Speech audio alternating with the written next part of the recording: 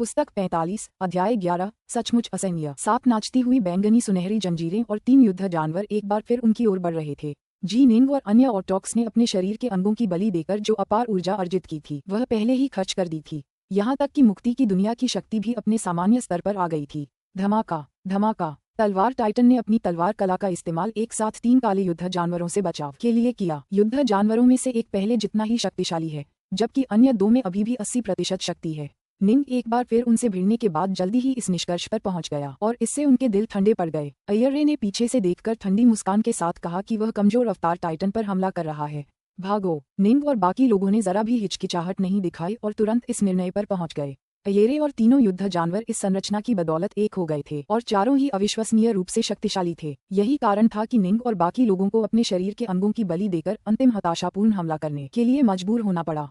लेकिन ये हमला विफल रहा। अगर उन्हें सचमुच लड़ने के लिए मजबूर किया जाता तो अवतार टाइटन शायद कुछ ही देर में हार जाता और उस समय तलवार टाइटन भी हार से ज्यादा दूर नहीं होता। फिलहाल उनके पास बचने का सिर्फ एक ही मौका था, भाग निकलना। घास के मैदानों की दुनिया से भाग जाओ, दूर भाग जाओ और ठीक हो जाओ। ऐसा करने के बाद वे फिर से लड़ने के लिए यहाँ वापस आ सकते हैं। Swash swash. तलवार टाइटन और अवतार टाइटन दोनों भागने लगे। भाग रहे हो, इतना कुछ होने के बाद भी तुम्हें लगता है कि तुम बच निकलोगे? अयर ने ठंडी मुस्कान दी। वह 7 बैंगनी सुनहरी जंजीरों की मदद से अवतार टाइटन पर आसानी से हावी हो रहा था, जबकि 3 काले युद्ध जानवर तलवार टाइटन का पीछा करते रहे। संघर्ष करना बंद करो। संघर्ष करने से तुम्हें कोई मदद नहीं मिलेगी। अयेरे के शरीर से प्रचंड मात्रा में चमकदार रोशनी निकलने लगी जो हर रास्ते को भर रही थी। वह खुद बिना किसी निशान के गायब हो गया। रोशनी में छिपकर अवतार टाइटन पर लगातार हमला करता रहा। अवतार टाइटन अपनी रक्षात्मक तलवारबाजी की बदौलत मुश्किल से ही टिक पाया। अफसोस, अय्यरे ने शक्ति के मामले में अवतार टाइटन को पीछे छोड़ दिया और उसकी अंतर्दृष्टि भी कहीं ज्यादा थी। छिपकर हमला करने में उसकी मदद के लिए उसके पास 7 बैंगनी सोने की जंजीरें भी थीं। इसलिए अय्यरे को अवतार टाइटन पर चाकू से वार करने में सिर्फ 6 सेकंड लगे, जिससे टाइटन के शरीर में धंस गया और अंदर मौजूद अवतारों में निराशा छा गई। रे धमाका धमाका धमाका। 7 अवतार एक साथ फट गए। उनकी चिंता ये थी कि जब अय्यरे उन्हें मार डालेगा तो वह कर्म का इस्तेमाल करके उनके असली शरीरों पर भी हमला करेगा। ऑटोक बोलिन और ऑटोक टाइटेनोस तो खुद को सभी कर्म बंधनों से पूरी तरह अलग कर पाए, लेकिन बाकी लोगों का क्या? अगर अय्यरे को इस संरचना से बल नहीं मिलता तो शायद उसके कर्म हमले उनके लिए कोई खतरा नहीं होते, लेकिन फिलहाल वह प्रज्वलित सार कोर और 3 युद्ध जानवरों से अपने संबंध के कारण मजबूत हो गया था। निंग और बाकी लोगों ने ये जोखिम उठाने की हिम्मत नहीं की। एक साफ अंत। अय्यरे ने ऊपर की ओर देखा। लेकिन इससे कोई फर्क नहीं पड़ेगा। जितना चाहो संघर्ष करो, तुम बर्बाद हो चुके हो। फुफ। उसने एक कदम आगे बढ़ाया। अंतरिक्ष में घूमता हुआ तलवार टाइटन के सामने प्रकट हुआ।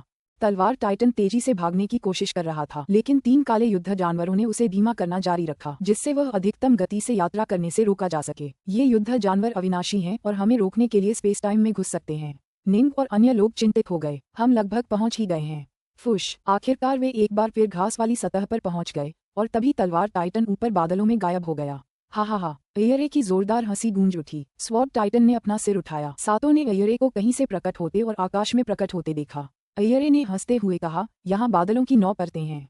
इन सभी परतों को पार करने में तुम्हें इतना ज्यादा समय लगेगा कि मुझे डर है कि तुम बच नहीं पाओगे। धिक्कार है। निंग और अन्य सभी जानते थे कि अय्यरे से निपटना उन 3 काले युद्ध जानवरों से कहीं अधिक कठिन था, क्योंकि उसकी अंतर्दृष्टि का स्तर बहुत ऊंचा था। भागना ही हमारा एकमात्र मौका है। आइए हम अपना सब कुछ झोंक दें। हम भागने के लिए जो कुछ भी कर सकते हैं, करें। टाइटनोस, मोग, निंग, बोलिन, एकोंग, स्टोनरोल और स्काईफीडर सभी जानते थे कि उन्हें यहाँ से निकलना होगा। धमाका। 2 तलवारें हाथ में लिए तलवार टाइटन बादलों की ओर उड़ने लगा। क्या तुम्हें सच में लगता है कि तुम बच निकलोगे? अय्यरे नीचे की ओर दौड़ा। उसके चारों ओर 7 बैंगनी सुनहरी जंजीरें थीं जो 10 लाख किलोमीटर तक फैली हुई थीं। उसके पीछे अंतरिक्ष लहराया और उसके पीछे 3 काले युद्ध जानवर प्रकट हुए। स्वॉश। तलवार टाइटन ने तुरंत उनसे बचने के लिए बगल में धनुषाकार घेरा बना लिया, लेकिन सर्वव्यापी प्रतीत होने वाली बैंगनी सोने की जंजीरें फिर भी उनके सामने प्रकट होने में कामयाब रहीं, जैसा कि अय्यरे और 3 युद्ध जानवर भी थे। Clang clang clang. बूम। तलवार टाइटन ने अपनी तलवार कला का इस्तेमाल करके अय्यरे और 3 काले युद्ध जानवरों से युद्ध किया और आसमान में बादलों की ओर बढ़ता रहा। हालांकि तीनों काले युद्ध जानवर बेहद ताकतवर थे, फिर भी वे ज्यादा खतरा पैदा नहीं कर पाए क्योंकि वे निंग और बाकियों के बराबर ही थे। निंग अपनी स्वनिर्मित मिश्रित तलवार कला का इस्तेमाल करके उन तीनों को रोकने में कामयाब रहा, लेकिन अय्यरे कहीं ज्यादा खतरनाक था। अय्यरे के हमलों ने निंग को बार बार चौंका दिया। उसके हमलों को रोकना कहीं ज्यादा मुश्किल काम था। अय्यरे को अकेले युद्ध में तलवार टाइटन से डरने की भी आवश्यकता नहीं थी, अब तो और भी अधिक, जब उसके पास 3 काले युद्ध जानवर थे जो टाइटन को धीमा करने में मदद कर रहे थे। अगर हम सिर्फ बचाव करते रहे तो हम हार जाएंगे। हमें भागना होगा। निंग और ऑटोक्स को इस लड़ाई में जीतने का कोई रास्ता नजर नहीं आ रहा था। उनके पास भागने का ही एकमात्र रास्ता था। अगर वे यहाँ से निकल गए तो शायद वे ही विजेता बनेंगे। Boom boom boom, space time पूरे ग्रासलैंड वर्ल्ड में बिखर गया। 5 तत्वों को अराजकता की स्थिति में फेंक दिया गया क्योंकि तलवार टाइटन ने सिथे द्वारा घेर लिए जाने और हमलों के साथ बमबारी करते हुए ऊपर की ओर चार्ज करना जारी रखा। धमाका। मुक्ति की दुनिया की शक्ति अपने आप में बादलों को चीरने के लिए पर्याप्त थी। तलवार टाइटन खुले रास्ते से ऊपर की ओर बढ़ा, लेकिन अयरे और काले युद्ध जानवर उस पर लगातार हमला करते रहे। अयरे एक धैर्यवान शिकारी की तरह था जो सही मौके की तलाश में अपने शिकार को परेशान करता रहा। निंग और बाकी लोगों को ऐसा लग रहा था जैसे उनकी पीठ पर खंजर धंसा दिए गए हों। अयरे का हर एक हमला बेहद खतरनाक था। हमें तब तक रुकना होगा जब तक हम बाहर न निकल जाएं। हमें ऐसा करना ही होगा। पकड़े रखें। टाइटनोस और बाकी लोग चुपचाप प्रार्थना कर रहे थे। अब बारी निंग की थी। निंग पूरे स्वॉर्ड टाइटन पर नियंत्रण रखता था और वह अपनी तलवारबाजी के लिए इसका इस्तेमाल करता था। यह एक बेहद कठिन लड़ाई थी। तीनों काले युद्ध जानवरों की समझ उसके बराबर थी, जबकि अयरे की समझ कहीं ज्यादा गहरी थी। उसके लिए एक मजबूत रक्षा पंक्ति बनाए रखना पहले से ही प्रभावशाली था, लेकिन वे यहाँ खुद को हारने नहीं दे सकते थे। अगर वे हार गए तो सब खत्म हो जाएगा। धमाका। तलवार टाइटन बादलों की दूसरी परत को पार करते हुए ऊपर की ओर चढ़ता चला गया। अच्छा नहीं। निंग का चेहरा पीला पड़ गया जब अयरे ने तलवार टाइटन की रक्षात्मक तलवारबाजी को अपनी हथेली से चीरकर पार कर लिया। निंग ने बिना किसी हिचकिचाहट के तुरंत अपने बाएं हाथ से उत्तरी धनुष तलवार फेंक दी और उसकी जगह तलवारबाजी शुरू कर दी। धमाका। वह अयरे की हथेली को रोकने में कामयाब रहा। उसने सचमुच उसे रोक दिया। अयर ने सोचा था कि वह जीतने वाला है। वह थोड़ा चौंके बिना नहीं रह सका। जैसे ही तलवारबाज टाइटन पीछे की ओर उल्टा हुआ गिरा, उसके बाएं हाथ में एक और उत्तरी धनुष तलवार प्रकट हुई। निंग के पास कुल 6 उत्तरी धनुष तलवारें थीं। जहां तक उसने फेंकी हुई तलवार की बात है, वह स्वतंत्रता के स्वर्णिम पुलों के नीचे वापस उड़ गई थी। धमाका। तलवार टाइटन बादलों की तीसरी परत को चीरता हुआ निकल गया। हालांकि ऐसा करते ही एक भूतिया और विशाल हथेली एक बार फिर निंग की सुरक्षा को भेदती हुई निकल गई। इस बार निंग पूरी तरह से प्रतिक्रिया करने में असमर्थ था। हथेली तलवार टाइटन की कमर के बाईं ओर जा लगी और तलवार टाइटन अपने हाथों से भी उसे रोक नहीं पाया। नहीं। निंग, टाइटैनोस, बोलिन और बाकी सब हैरान होकर देख रहे थे। समय मानो धीमा पड़ गया हो। धमाक। संगमरमर की उंगलियां तलवार टाइटन के पार्श्व भाग में गहराई तक घुस गईं, सीधे उसमें छुरा घोंप गईं। फिर मानो उसे ऑटोक्स का आभास हो गया हो। उसने अंदर मौजूद सबसे नजदीकी व्यक्ति ऑटोक मोग की ओर हाथ बढ़ाया। ऑटोक मोग ब्लॉक करना चाहता था, लेकिन वह ऐसा कैसे कर सकता था। नहीं, हम हार नहीं सकते। ऑटोक मोग के चेहरे पर आंसू आ गए। धमाक। विशाल संगमरमर के हाथ ने उस पर वार किया। उसके शरीर के हर इंच को इतनी जबरदस्त शक्ति से भर दिया कि उसके अंदर का सारा मन का कण भी वार की ताकत से बिखरने लगा। धमाका। वह पूरी तरह से नष्ट हो गया था। उसकी सच्ची आत्मा का एक टुकड़ा भी इस अराजकता में वापस नहीं लौट सका। सब कुछ निगल लिया गया था। रिएप। मोग की मौत के साथ पूरा स्वॉर्ड टाइटन अस्थिर होने लगा। अयरे ने अपने संगमरमरी हाथ से स्वॉर्ड टाइटन के अंदरूनी हिस्से को चीर दिया, जिससे स्वॉर्ड टाइटन की छाती और कंधों तक एक गहरा घाव हो गया, जिससे टाइटन लगभग 2 टुकड़ों में बंट गया। उन्हें मार डालो। अयरे की आवाज में नशे की खुशी के साथ साथ अपने दुश्मनों के मरने की असीम इच्छा भी थी। मार डालो। तीनों काले युद्ध जानवर भी उत्साहित हो गए। वे जीतने ही वाले थे। वे पहले से ही टूट रहे स्वॉर्ड टाइटन पर झपटे और खुद अयरे ने भी हमला शुरू कर दिया। हम हार नहीं सकते। निंग ने तलवार टाइटन को उत्तर धनुष तलवार चलाने और रोकने के लिए जी जान से कोशिश की, लेकिन मोग के बिना उनकी तलवारबाजी की शक्ति नाटकीय रूप से कम हो गई। उसके पास अयरे को रोकने का कोई रास्ता नहीं था, जिसका वार एक बार फिर तलवार टाइटन के शरीर में गहराई तक धंस गया। इस बार वह ऑटोक स्काईफीडर को पकड़ने में कामयाब रहा। उसकी हथेली के चारों ओर रोशनी चमक रही थी और ऑटोक स्काईफीडर भी उससे बचाव करने में असमर्थ था। अंतिम परिणाम विनाश था। लानत है इस सब पर। ऑटोक स्काईफीडर ने निराशा और आक्रोश से भरकर आसमान की ओर देखा। धमाका। उसकी मौत के साथ ही तलवार टाइटन का शरीर भी बिखर गया। अब जब वे 2 ऑटोक खो चुके थे तो तलवार टाइटन अब और सुरक्षित नहीं रह सकता था। निंग, टाइटनोस और बाकी लोग अपनी निराशा के बावजूद सहज रूप से भागने लगे। हा। एक काला युद्ध जानवर आगे बढ़ा और ऑटोक स्टोनरुल की पीठ पर पंजे मारने लगा। ऑटोक स्टोनरुल बुरी तरह तड़प उठा। क्यों क्यों क्यों। धमाका। ऑटोक स्टोनरुल भी नष्ट हो गया। उसकी आत्मा के टुकड़े पूरी तरह से खा लिए गए। निंग भागता रहा। उसका दिल मानो अनगिनत चाकुओं से चीर दिया गया हो। वह बस यही देख सकता था कि उसके एक के बाद एक दोस्त मारे जा रहे हैं। मैं हार नहीं सकता। हम सचमुच हार नहीं सकते। निंग के मन में अनगिनत आकृतियां कौंध गईं। यह अराजकता लोक असंख्य जीवों से भरा था। निंग के दोस्त, उसके शिष्य, उसके परिवार के सदस्य, वे मेहनती साधक जिन्हें वह जानता था। इस अराजकता लोक में अनगिनत लोग थे, जिनमें से कुछ को वह जानता था और कुछ को नहीं। वे हार चुके थे। उनकी पूरी सभ्यता नष्ट होने वाली थी। मुझे माफ करना।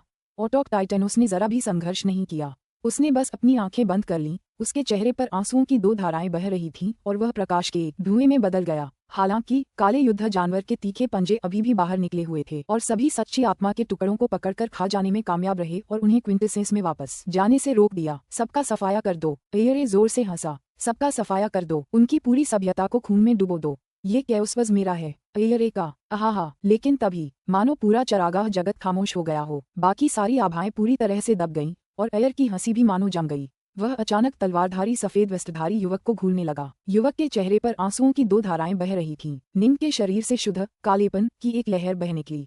उस घोर काली लहर में विनाश की एक अत्यंत भयावह इच्छाशक्ति समाहित थी। ये सच्चा विनाश था, एक ऐसी इच्छाशक्ति जो किसी भी और सभी चीजों को मिटा सकती थी। इस प्रकार की विस्मृति का सामना कोई भी चीज और कोई भी नहीं कर सकता था। श्वेत वस्त्रधारी युवक ने अपनी आंखें खोलीं और उन आंखों में वे संपूर्ण अराजकता ब्रह्मांड का विनाश देख सकते थे। पुस्तक 45 अध्याय 12 विस्मृति तलवार दाव। जी निंग ने स्वॉर्ड टाइटन को बिखरते देखा, फिर ऑटोक मोग, ऑटोक स्टोनरोल, ऑटोक स्काईफीडर और ऑटोक टाइटनोस को युद्ध में हारते देखा। यहाँ तक कि वह खुद भी मरने वाला था। निंग का दिल आक्रोश से भर गया और यह सब स्वीकार करने की अनिच्छा से वह इस अराजकता के सभी जीवों के प्रति, अपनी बेटी के प्रति पश्चाताप से भर गया। मुझे आप सभी से बहुत दुख है। उसे आक्रोश, पीड़ा, पश्चाताप और असीम घृणा महसूस हुई। जब निंग ने पागलों की तरह हंसते हुए एयरे को देखा तो उसे सच्ची नफरत महसूस हुई। चीन में धरती पर अपने पहले जीवन की एक आम कहावत का इस्तेमाल करें, मरने और भूत बनने के बाद भी वह एयरे को माफ नहीं करेगा और न ही छोड़ेगा। हालांकि वह दिल से जानता था कि उसके मरने के बाद उसकी सच्ची आत्मा के टुकड़े पूरी तरह से निगल लिए जाएंगे और खा लिए जाएंगे। उसके मन में जो भी नफरत थी वह पूरी तरह से बेमानी थी। ये बात समझ लेने के कारण ही निंग के दिल में नफरत और पीड़ा और भी बढ़ गई थी। नफरत, खुद को कमजोर समझकर खुद से नफरत। नफरत खुद पर थी क्योंकि वह उन लोगों की रक्षा करने में असमर्थ था जिनकी वह परवाह करता था। वह सचमुच इन सभी आक्रमणकारियों का विनाश करना चाहता था। उसके दिल में बेइंतहा नफरत भर गई थी। वह मरना नहीं चाहता था। टाइटेनोस, मोग, उन्हें भी ऐसा ही महसूस हुआ था।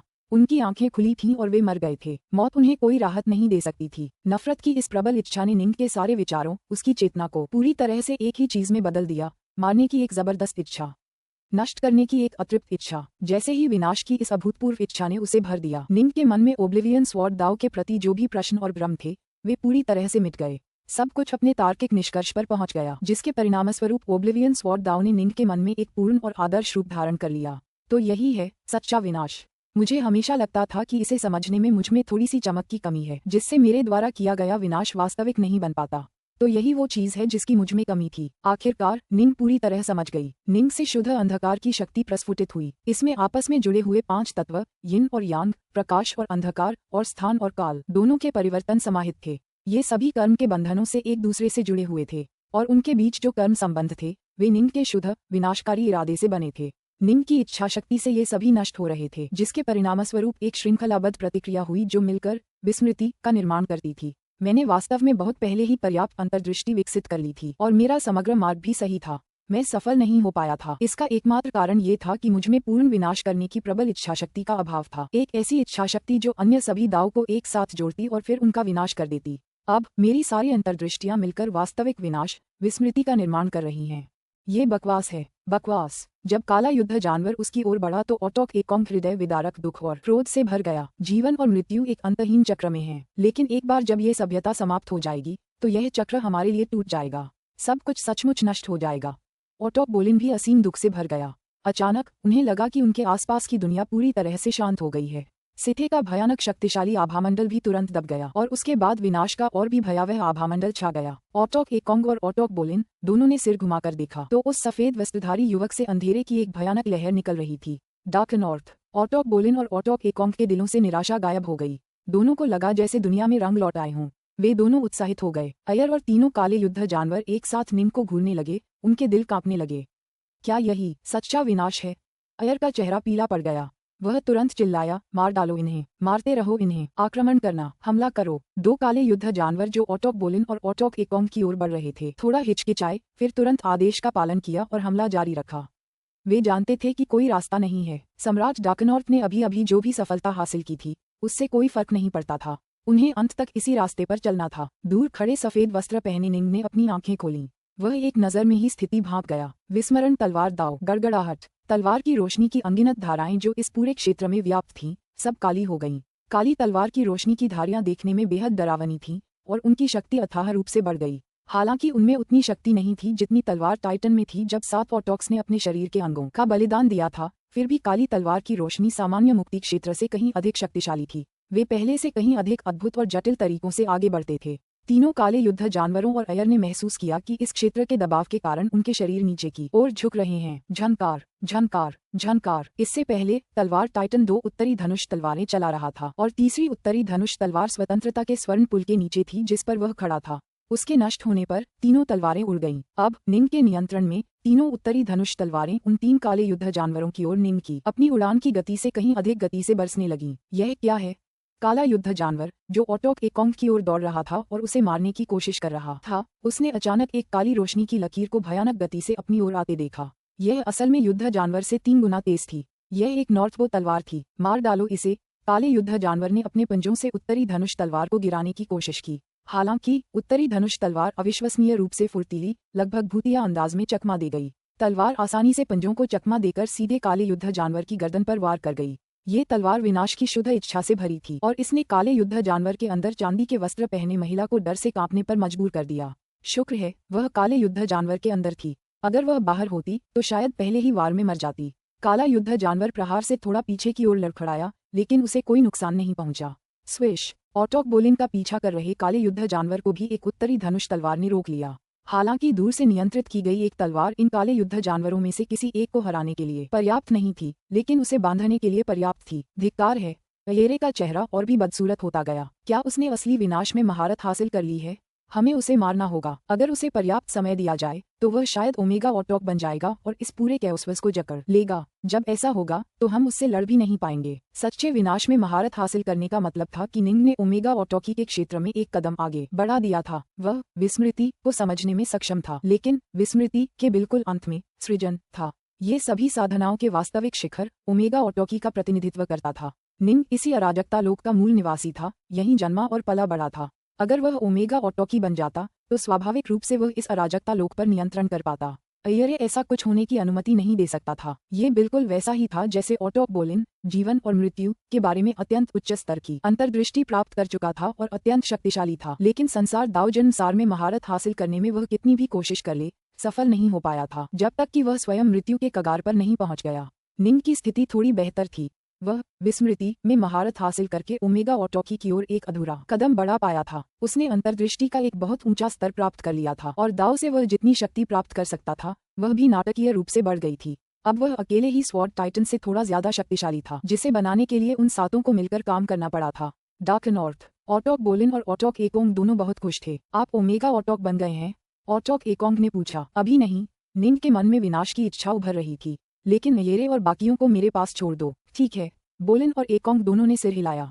निंग तुरंत बाहर उड़ गया। 3 काले युद्ध जानवर और अयेरे पहले एकोंग और बोलिन को मारना चाहते थे, लेकिन निंग की तलवारों ने उन्हें रोक दिया। चूंकि ओब्लिवियन स्वॉर्ड दाव उन्हें दबा रहा था और कमजोर कर रहा था, वे बस देखते रहे कि निंग एकोंग और बोलिन को अपनी संपत्ति दुनिया के खजाने में कैसे खींच रहा है। टाइटेनोस, स्काईफीडर, स्टोन रोल, मोग, चिंता मत करो मेरे दोस्तों, मैं उन सबको मार डालूंगा। कोई भी हमारी सभ्यता का नाश नहीं कर पाएगा। निंग ने दूर खड़े अयर और उन 3 काले युद्ध जानवरों को घूरा, फिर अपना 3 सिरों वाला 6 भुजाओं वाला रूप प्रकट किया। उसके 6 में से 3 हाथ आगे बढ़े और दूर से उड़कर उसकी ओर आती 3 उत्तरधनुष तलवारों को पकड़ लिया। कुछ ही क्षणों में उसके पास सभी 6 उत्तरधनुष तलवारें तैयार थीं और उसने एक पूर्ण हत्या का आभास दिया। सच्चे विनाश में महारत हासिल करने से तुम नहीं बचोगे।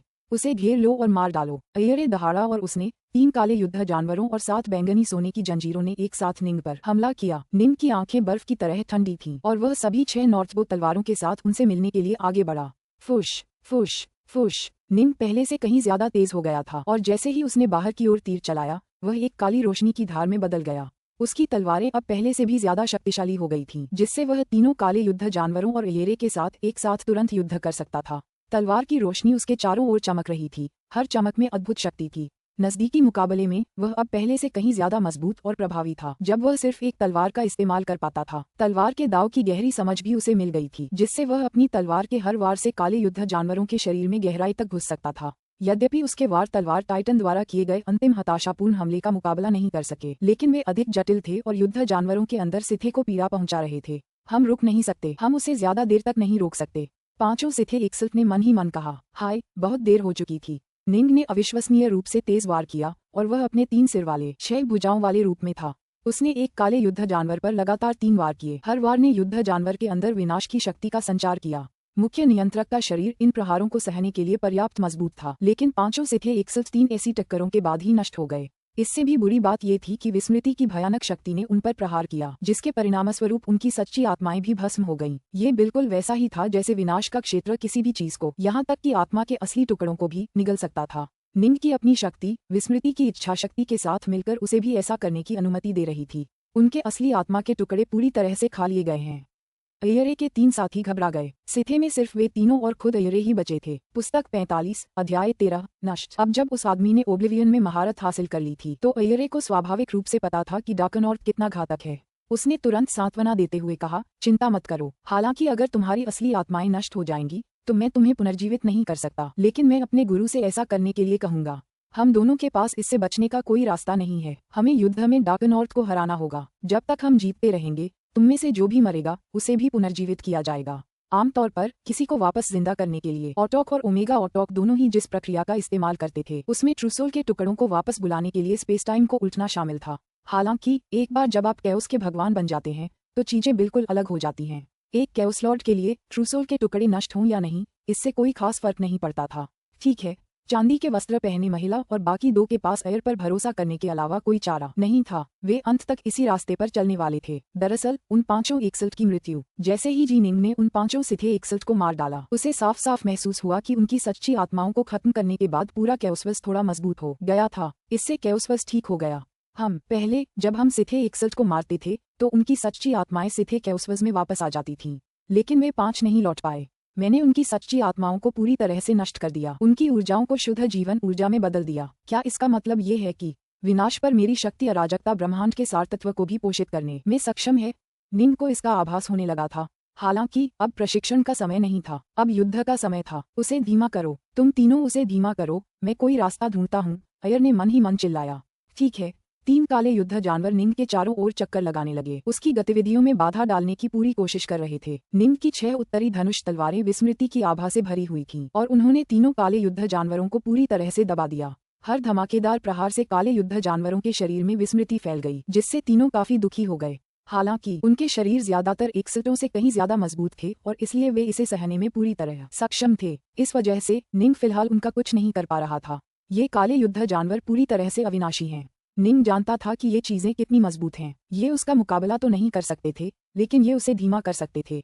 फुफ, अय्यरे ने एक तेज रोशनी का विस्फोट किया जो चारों ओर फैल गया, जबकि वह खुद उस रोशनी में छिपकर निंग पर बार बार हमले करने लगा। निंग को दबाव का एहसास हुआ, क्योंकि अय्यरे एक ओमेगा ऑटोक था जिसकी अंतर्दृष्टि निंग से भी ज्यादा थी। हालांकि वह अब पहले से कहीं ज्यादा शक्तिशाली था, लेकिन उन 3 काले युद्ध जानवरों ने उसे अय्यरे से लड़ने पर पूरी तरह ध्यान केंद्रित करने से रोक दिया। यह मेरी मातृभूमि है, यहाँ मेरी शक्ति अनंत है, लेकिन सिथे वे बेतहाशा ऊर्जा खर्च कर रहे हैं, वे टिक नहीं पाएंगे। ये एहसास होने के बाद कि उसके लिए तुरंत जीतना संभव नहीं है, निंग ने रक्षात्मक रणनीति अपनाई। धिक्कार है। अय्यरे, जो अभी भी कोई मौका ढूंढ रहा था, उसका दिल बैठ गया। निंग तलवार टाइटन से कहीं ज्यादा शक्तिशाली था। निंग के 3 सिर और 6 भुजाएं थीं, जबकि तलवार टाइटन के सिर्फ 2 भुजाएं थीं। निंग तलवार टाइटन से ज्यादा ज्ञानोदय के स्तर पर भी था। अगर निंग ने जोरदार हमला किया होता तो अय्यरे शायद कोई मौका ढूंढकर जीत हासिल कर लेता, लेकिन अब जब निंग ने बचाव पर ध्यान केंद्रित कर लिया था तो जीतना बहुत मुश्किल होने वाला था। गड़गड़ाहट। ये युद्ध पूरे चरागाह जगत में छिड़ा हुआ था और निंग बार बार सिथे से भिड़ रहा था। वह बादलों की तीसरी परत से दूसरी परत तक गिरा, फिर 5वीं परत तक वापस लड़ते हुए। सच तो ये है कि निंग जब चाहे तब वहां से निकल सकता था, लेकिन वह जानता था कि अगर वह ऐसा करता तो शायद अयर उसका पीछा करने का जोखिम नहीं उठाता। इसलिए उसने ग्रासलैंड वर्ल्ड में उनसे लड़ना जारी रखा। धिक्कार है, धिक्कार है, धिक्कार है। अय्यरे ने बार बार मौकों का फायदा उठाने की कोशिश की थी, लेकिन निंग इतना सतर्क था कि अय्यरे बिल्कुल भी सफल नहीं हो सका।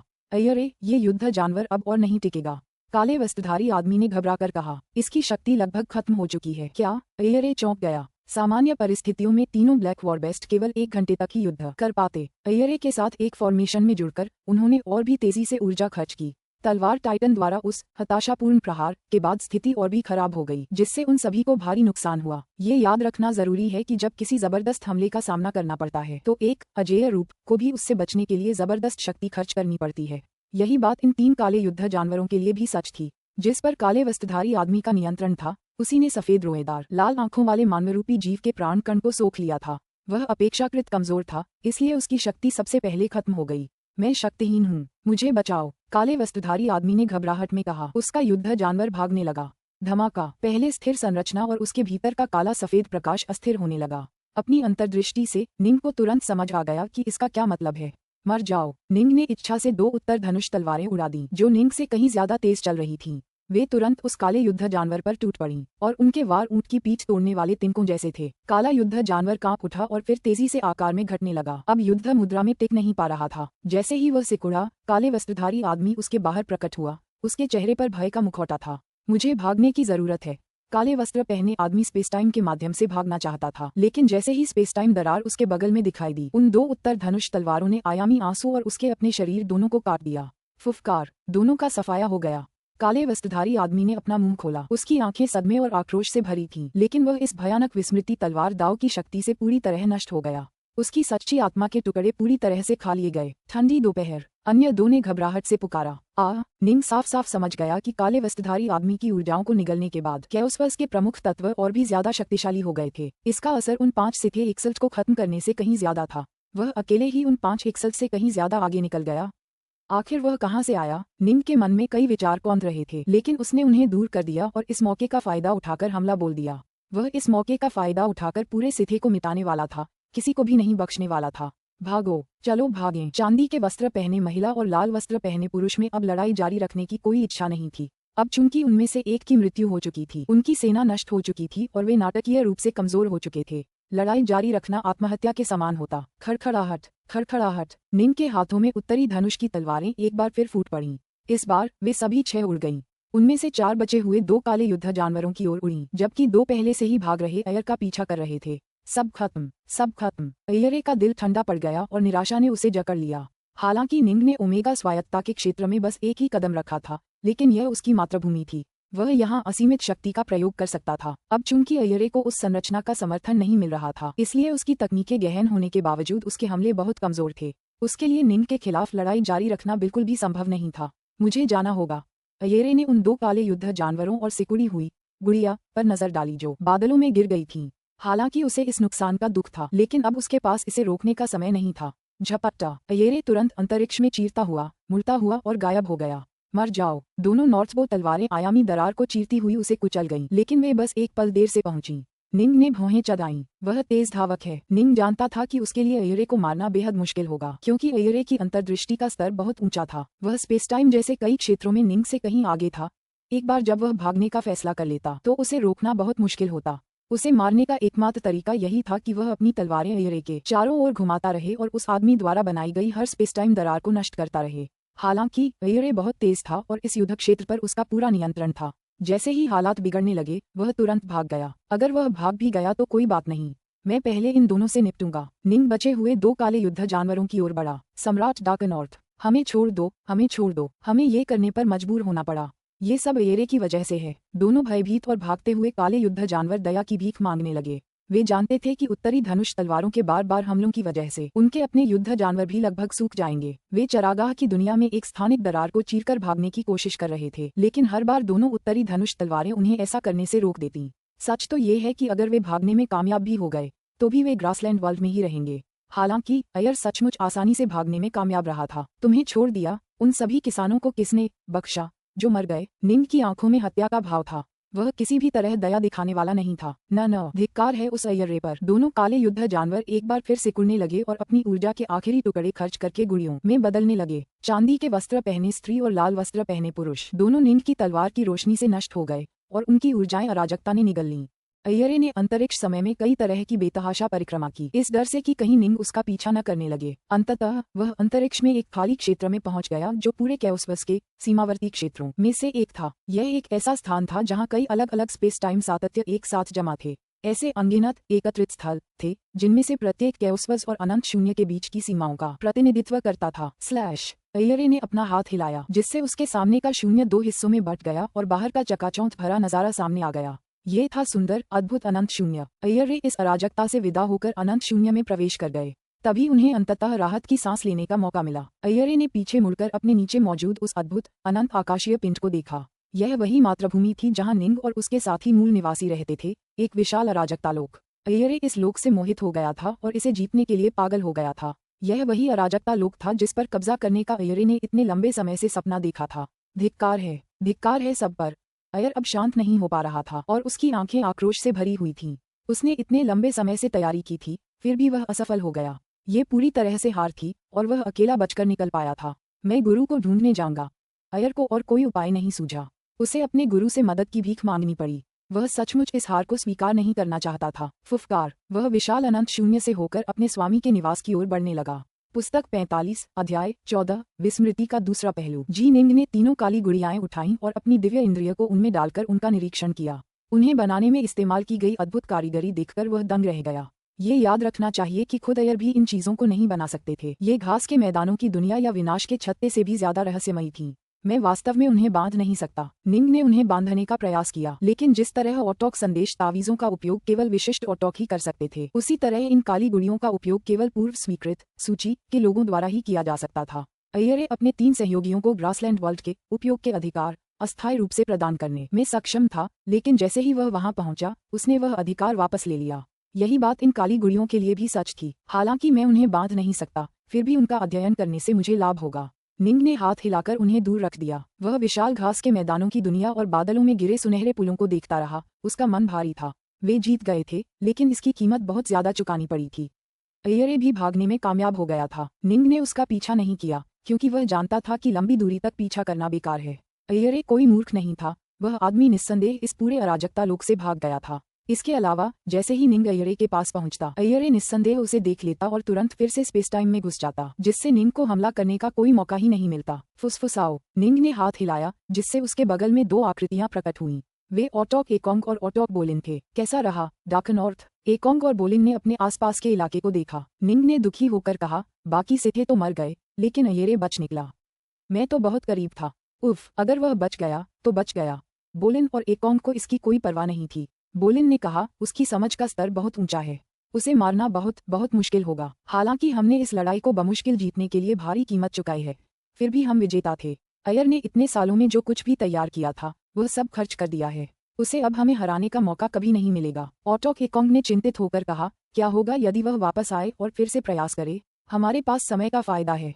जैसे जैसे समय बीतता जाएगा, हमारी संचित शक्ति और भी बढ़ती जाएगी। हम नए तानाशाहों को भी जन्म देंगे। बोलिन ने कहा, तो अगर वह वापस आना चाहता है तो उसे जल्द से जल्द ऐसा करना होगा। लेकिन इस महत्वपूर्ण युद्ध से भागने का उसका फैसला ही इस बात का सबूत है कि वह अपना सब कुछ पहले ही खर्च कर चुका है। वापस आना है? किसके साथ? निंग इस आकलन से सहमत था। अगर अय्यर को वापस लौटना था तो उसे शक्ति के एक नए स्रोत के साथ लौटना होगा। अय्यर को ग्रासलैंड वर्ल्ड और उन 3 काले युद्ध जानवरों का समर्थन प्राप्त था, जो उसका साथ देने के लिए एक दल में शामिल हुए थे, लेकिन अंततः वह युद्ध और अपने सहयोगियों दोनों को हार गया था। वह फिर से हमला करने के लिए क्या इस्तेमाल करेगा? मैं टाइटनोस और अन्य लोगों के लिए शोक मनाता हूँ। निंग ने आह भरी। हम में से किसी को भी मौत का डर नहीं था। जब तक हम जीतते रहे, मौत हमें कोई डर नहीं देती। बोलिन ने भी आह भरी। हमें बस हारने का डर था। अब जीत गए, बस बहुत है। जल्दी करो और ग्रासलैंड वर्ल्ड को बांधने की कोशिश करो, निंग ने कहा। मुझे चिंता है कि अगर अय्यर वापस आया तो वह सबसे पहले सीधे ग्रासलैंड वर्ल्ड आएगा। शायद किसी और के लिए उसे बांधना आसान नहीं होगा। ठीक है। बोलिन और एकोंग दोनों सहमत हुए। स्वूश स्वूश स्वूश। तीनों तुरंत नीचे की ओर उड़े और पूरे ग्रासलैंड वर्ल्ड पर नजर रखने लगे।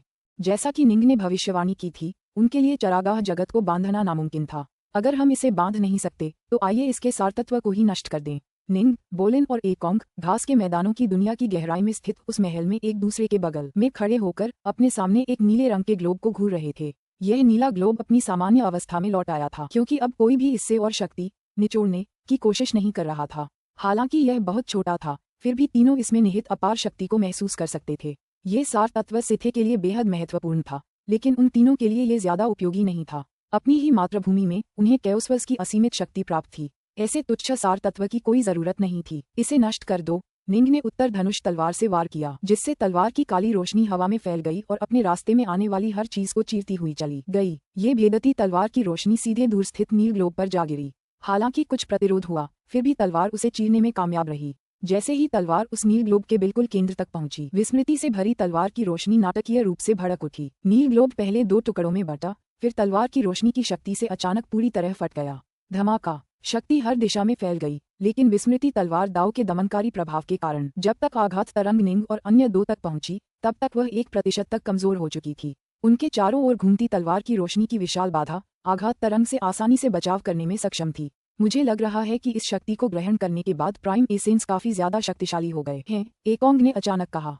दरअसल प्राइम एसेंस पहले से कहीं ज्यादा शक्तिशाली हैं। निंग ने सिर हिलाया। मैंने पहले 5 से थे 61 और 3 अविश्वसनीय रूप से शक्तिशाली से थे को मार डाला था। कैओसवर्स और प्राइम एसेंस ने उनकी सारी ऊर्जाएं अवशोषित कर लीं। हालांकि टाइटेनोस और अन्य लोगों की मृत्यु ने कैओसवर्स को कमजोर कर दिया था। निंग द्वारा मारे गए 3 अविश्वसनीय रूप से शक्तिशाली सिथे के पास सच्ची आत्माएं थीं जिनका मूल्य 10 ऑटॉक्स के बराबर था। उनके लाभ उनके नुकसान से कहीं ज्यादा थे। जब उन्होंने ग्रासलैंड विश्व के सारतत्व केंद्र को नष्ट कर दिया तो वे विनाश छत्ते के भीतर विनाश के क्षेत्र में भी ऐसा ही करने के लिए आगे बढ़े। बोलिन और एकोंग दोनों चिंतित थे कि निंग शायद ये काम पूरा न कर पाए, लेकिन निंग ने उन्हें गलत साबित कर दिया। ओब्लिवियन स्वॉर्ड दाव से युक्त एक तलवार ही विनाश के क्षेत्र को चीरने और उसमें समाहित ओब्लिवियन के सभी रहस्यों को नष्ट करने के लिए पर्याप्त थी। अंततः विनाश का पूरा क्षेत्र ढह गया। जब वह टूटा तो वह अब एक छायादार गोला नहीं रहा। उसने अपना असली रूप प्रकट किया, एक छोटे ठोस प्रकाश के गोले में परिवर्तित हो गया। प्रकाश का गोला पूरी तरह से फट गया, जिससे हर दिशा में असीम ऊर्जा का विस्फोट हुआ। जब प्रघात तरंग फैली तो ऐसा लगा कि इससे पंचतत्व, अंतरिक्ष, समय और अन्य चीजें रूपांतरित हो गईं। लेकिन अंत में ये बिना किसी निशान के गायब हो गई। निंग ने धीरे से बुदबुदाया। विनाश के क्षेत्र में सब कुछ वास्तव में एक विलक्षणता में ढह गया। फिर विस्फोट हुआ और फिर इसने 1 को जन्म दिया, जिसने 2 को जन्म दिया, जिसने 3 को जन्म दिया, जिसने सभी चीजों को जन्म दिया। मेरे तलवार दाव का अगला चरण सृजन होना चाहिए। ओमेगा तलवार दाव। शुरुआत में निंग ने कई अन्य दाव को अपनी तलवार दाव में मिलाया था, जिससे कई अन्य तथाकथित तलवार दाव बने, जैसे स्पेसटाइम तलवार दाव, साइकिल तलवार दाव, कर्मा तलवार दाव आदि। बाद में विस्मृति का ध्यान करने के बाद निंग अंततः 5 तत्वों यिन और यांग, प्रकाश और अंधकार के चक्र, कर्म और स्पेसटाइम को एक साथ लाने में कामयाब रहे और अपनी विनाशक इच्छा शक्ति का उपयोग करके उन्हें एक एकल दाव में मिला दिया, जिसे विस्मृति तलवार दाव के रूप में जाना जाता है। यही कारण था कि विस्मृति तलवार दाव इतना अविश्वसनीय रूप से शक्तिशाली था। जब निंग ने उन सिथे को मारने के लिए ओब्लिवियन स्वॉर्ड दाव का इस्तेमाल किया तो उसने पाया कि उन्हें मारने के बाद वे शुद्ध ऊर्जा में बदल जाएंगे जो कैओसवर्स को पोषित करती है। निंग के मन में तुरंत यह सवाल कौन था, क्या विनाश का उद्देश्य वास्तव में पोषण प्रदान करना और नया जीवन उत्पन्न करना था? हालांकि युद्ध के दौरान निंग के पास इस पर गहराई से सोचने का समय नहीं था। विनाश के क्षेत्र को ढहते देखकर निंग को और भी गहरी समझ प्राप्त होने लगी। ताओ यिन और यांग में विभाजित है। सभी चीजों के 2 पहलू होते हैं। ओमेगा स्वॉर्ड दाव के लिए स्वायत्तता प्राप्त करने के लिए अन्य सभी स्वॉर्ड दाव को एक साथ मिलाकर विस्मृति बनाना पर्याप्त नहीं है। ये सच्चे स्वायत्ततावादी ओमेगा स्वॉर्ड दाव के केवल एक पहलू को ही प्रदर्शित करेगा। विनाश का दूसरा पहलू नए जीवन का निर्माण है। 1 से 2 उत्पन्न होते हैं, 2 से 3 और 3 से सभी चीजें उत्पन्न होती हैं। 1, 2, 3 की बात वास्तविक ताओवाद में गहराई से समाहित है और इसे यहाँ समझाना बहुत जटिल है। निंग विनाश छत्ते से बाहर निकलकर एक बार फिर ग्रासलैंड वर्ल्ड में आ गया। ग्रासलैंड वर्ल्ड अपने सामान्य रूप में लौट आया था और अब उसमें कोई खतरनाक आभा नहीं थी। घास के मैदान की दुनिया के ऊपर बादलों की 9 परतें गायब हो गई थीं। यहाँ तक कि घास भी गायब हो गई थी और पीछे एक चिकनी काली धातु की संरचना रह गई थी। निंग ने पहले एक नया अवतार लिया, फिर घास के मैदान की दुनिया के ऊपर कमल की मुद्रा में बैठ गया और ध्यान करने लगा। वह यहीं इंतजार करने वाला था। अगर अयरे एक बार फिर आया तो शायद वह पहले ग्रासलैंड वर्ल्ड जाएगा। बोलिन, एकोंग, मुझे चुपचाप ध्यान करना है, निंग ने कहा। अयरे की बात, अगर वह आए तो उसे मेरे पास छोड़ देना, ठीक है? बोलिन और एकोंग ने उसे परेशान नहीं किया। निंग ने अपनी आंखें बंद कर लीं और तलवार के दाव के गहन रहस्यों पर विचार करने लगा। उसके बाकी सभी तलवार दाव मिलकर एक इकाई बन गए थे, विस्मृति तलवार दाव। लेकिन अब विस्मृति तलवार दाव अपना दूसरा चेहरा प्रकट करने के लिए बदल रहा था। विस्मृति तलवार दाव का बिल्कुल विपरीत रूप तब प्रकट हुआ जब विनाश की शक्ति धीरे धीरे जीवन का पोषण करने लगी। ऐसा लग रहा था मानो विनाश का एक कवच इस पूरे दाव में व्याप्त हो गया हो, लेकिन उसके मूल में जीवन धीरे धीरे पोषित हो रहा था। अनंत शून्य। यहाँ स्पेस टाइम किसी भी अराजकता ब्रह्मांड से कहीं ज्यादा विकृत और विकृत था।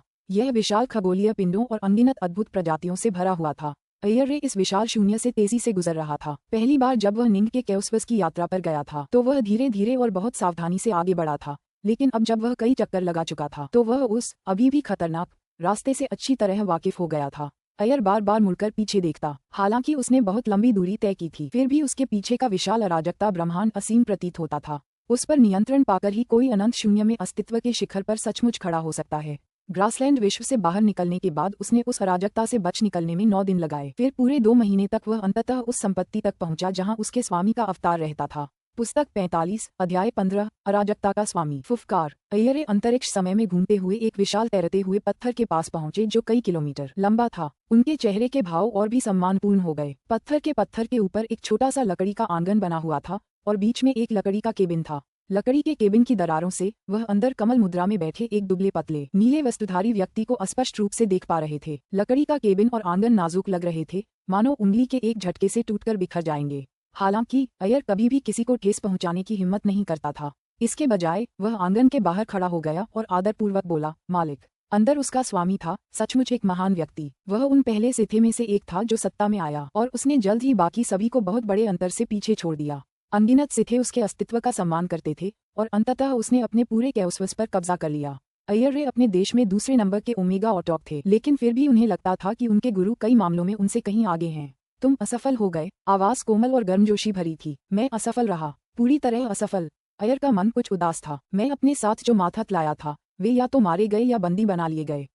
ये पूरी तरह से हार थी। मैं अकेला ही बच निकलने में कामयाब रहा। उन 3 सोर्सवॉकर्स पर अफसोस है। उनके लिए उनके स्तर तक पहुंचना आसान नहीं था। उस व्यक्ति ने आह भरी। उनमें से हर एक मेरे कैओस्वर्स के सघन सार से बना है। उन्हें पुनर्जीवित करना आसान नहीं होगा। अय्यर ने एक शब्द भी बोलने की हिम्मत नहीं की। बहुत पहले वह और उसके गुरु एक समझौते पर पहुंच गए थे। उसके गुरु ने अपने पूरे कैओस्वर्स का एक बड़ा हिस्सा अलग करके अय्यर को दे दिया था ताकि वह उस पर अपनी मर्जी से शासन कर सके। कैओस्वर्स के उस हिस्से में सत्ता में आने वाले सभी सिथे उसके नियंत्रण में होंगे और उसे उनका इस्तेमाल करके दूसरे कैओस्वर्स पर आक्रमण करने की अनुमति होगी। हालांकि इसके 2 अपवाद थे, सोर्सवॉकर ऑटॉक और ओमेगा सम्राट। एक ओमेगा सम्राट में ओमेगा ऑटॉक बनने की क्षमता थी। उसका स्वामी ऐसे सभी लोगों को ले जाता। इस प्रकार एक भी ओमेगा सम्राट जी निंड के कैओस्वर्स के विरुद्ध युद्ध में शामिल नहीं हुआ था। सोर्सवॉकर कैओस्वर्स के प्रिय प्राणी थे। उनके शरीर में ऊर्जा की मात्रा उनके सभी समकक्षों से कहीं अधिक थी और ऑटॉकी तक पहुंचने के बाद वे और भी अधिक शक्तिशाली हो गए। वे अन्य सभी एक्सेल से पूरी तरह से आगे निकल गए। चांदी के वस्त्र वाली महिला और अन्य 2 सोर्सवॉकर ऑटॉकी थे। अय्यर को लगा कि उसे अपनी सेना को मजबूत करने की जरूरत है, इसलिए उसने साहस जुटाया और अपने स्वामी से उन्हें अपने अधीन करने के लिए कहा। हालांकि सोर्सवॉकर ऑटॉक्स निंड के कैओस्वर्स में दाव की शक्ति को बुलाने में असमर्थ थे, फिर भी वे शक्ति में टाइटनोस और मोग के बराबर थे। यही कारण था कि वे ब्लैक वॉर बीस्ट्स की शक्ति का सही इस्तेमाल कर पाए। अब वे सभी मर चुके थे, यहाँ तक कि उनकी सच्ची आत्माएं भी निगल ली गई थीं। उनके स्वामी अराजकता के स्वामी के रूप में अविश्वसनीय क्षमताओं तक पहुंच रखते थे और अब भी उन्हें पुनर्जीवित कर सकते थे, लेकिन इस प्रक्रिया में प्रधान तत्वों की ऊर्जाएं नष्ट हो जाती। उनकी मृत्यु से सिथे अराजकता ब्रह्मांड के प्रधान तत्व पहले ही कमजोर हो चुके थे। उन्हें वापस लाने से प्रधान तत्व दूसरी बार कमजोर हो जाएंगे। ये सब मेरी निकम्मीपन की वजह से हुआ। अय्यर ने अपना सिर नीचे कर लिया। तुम कैसे हार गए? कोमल गर्म आवाज ने पूछा। ये सम्राट डाकनॉर्थ नामक एक ओमेगा सम्राट की वजह से था, अय्यर ने तुरंत समझाया। मैं जीत के कगार पर था। मैं इसे अपने सामने देख सकता था, लेकिन जीवन और मृत्यु के बीच उस महत्वपूर्ण क्षण में, शायद इसलिए कि उसकी सारी सभ्यता उसके कंधों पर टिकी थी, सम्राट डाकनॉर्थ पूरी तरह से उन्मत्त हो गया और वास्तव में अपने ओमेगा तलवार दाव को विस्मृति तलवार दाव में उन्नत करने में कामयाब रहा। वह शायद बहुत पहले ही उस दहलीज पर पहुंच गया था, लेकिन उसे थोड़े और जोर की जरूरत थी। उसकी पूरी सभ्यता के ढहने के दबाव ने उसे उस आखिरी बाधा को पार करने के लिए प्रेरित किया, जिससे वह ओमेगा ऑटॉकी की ओर एक कदम बढ़ा सका। गर्मजोशी भरी आवाज में थोड़ी हैरानी थी। तुम्हें अपनी हार के लिए दोषी नहीं ठहराया जा सकता। अब जब उसने ये कदम उठा ही लिया है, तो ओमेगा ऑटॉकी बनना बस समय की बात है। उसे अंततः एहसास होगा कि ऑब्लिवियन, उसके ऑटॉकी ओमेगा स्वॉर्ड दाव का सिर्फ एक रूप है। उसे समझ आ जाएगा कि दूसरा रूप क्या है और फिर वह उसके अनुसार कार्य करेगा। हाँ, आखिरकार 9 कैओस्वर्स में एक दूसरा कैओस्लॉर्ड उभर आया है। गुरु, क्या मुझे सचमुच हार मान लेनी चाहिए? अय्यर ने हताश होकर कहा। हमारे अपने के अलावा केवल 8 कैओस्वर्स हैं। सम्राट डाकनॉर्थ का कैओस्वर्स उन 8 में सबसे कमजोर था और मैं इसके बारे में बाकियों से ज्यादा जानता हूँ। अगर मुझे इसे छोड़ना पड़ा तो मेरे पास कोई मौका नहीं बचेगा। कुल 9 कैओस्वर्स थे। सिथे ने एक कैओस्लॉर्ड को जन्म दिया था, लेकिन बाकी 8 कैओस्वर्स ने ऐसा नहीं किया था। अय्यर ने निंड के कैओस्वर्स को अपना लक्ष्य इसलिए चुना क्योंकि वह कमजोर था। बाकी 7 ज्यादा शक्तिशाली थे और समय के साथ वे और भी ज्यादा शक्तिशाली होते गए। हाँ, ये सभी बहुत शक्तिशाली हैं, उस कोमल आवाज ने कहा। शेष 7 कैओस्वर्स, सबसे कमजोर में भी कम से कम 12 ऑटॉक हैं, जबकि सबसे शक्तिशाली में 29 ऑटॉक और 5 ओमेगा सम्राट हैं। हालांकि सम्राट डाकनॉर्थ ने ओमेगा ऑटॉकी की ओर एक कदम बढ़ा लिया है, लेकिन उसे अंतिम कदम उठाने में अभी कुछ समय लगेगा, अय्यर ने जल्दी से कहा। अगर उसे यह एहसास नहीं हुआ कि विस्मृति का एक और पहलू भी है, तो वह और भी लंबे समय तक वहीं फंसा रहेगा। मुझे हर पल का फायदा उठाना होगा और जवाबी हमला करना होगा। उसकी मातृभूमि में सम्राट डाकनॉर्थ के अलावा केवल 2 ऑटॉक बचे हैं। सम्राट डाकनॉर्थ ही एकमात्र बाधा है। एक बार हम उसे नष्ट कर दें तो हम जीत जाएंगे।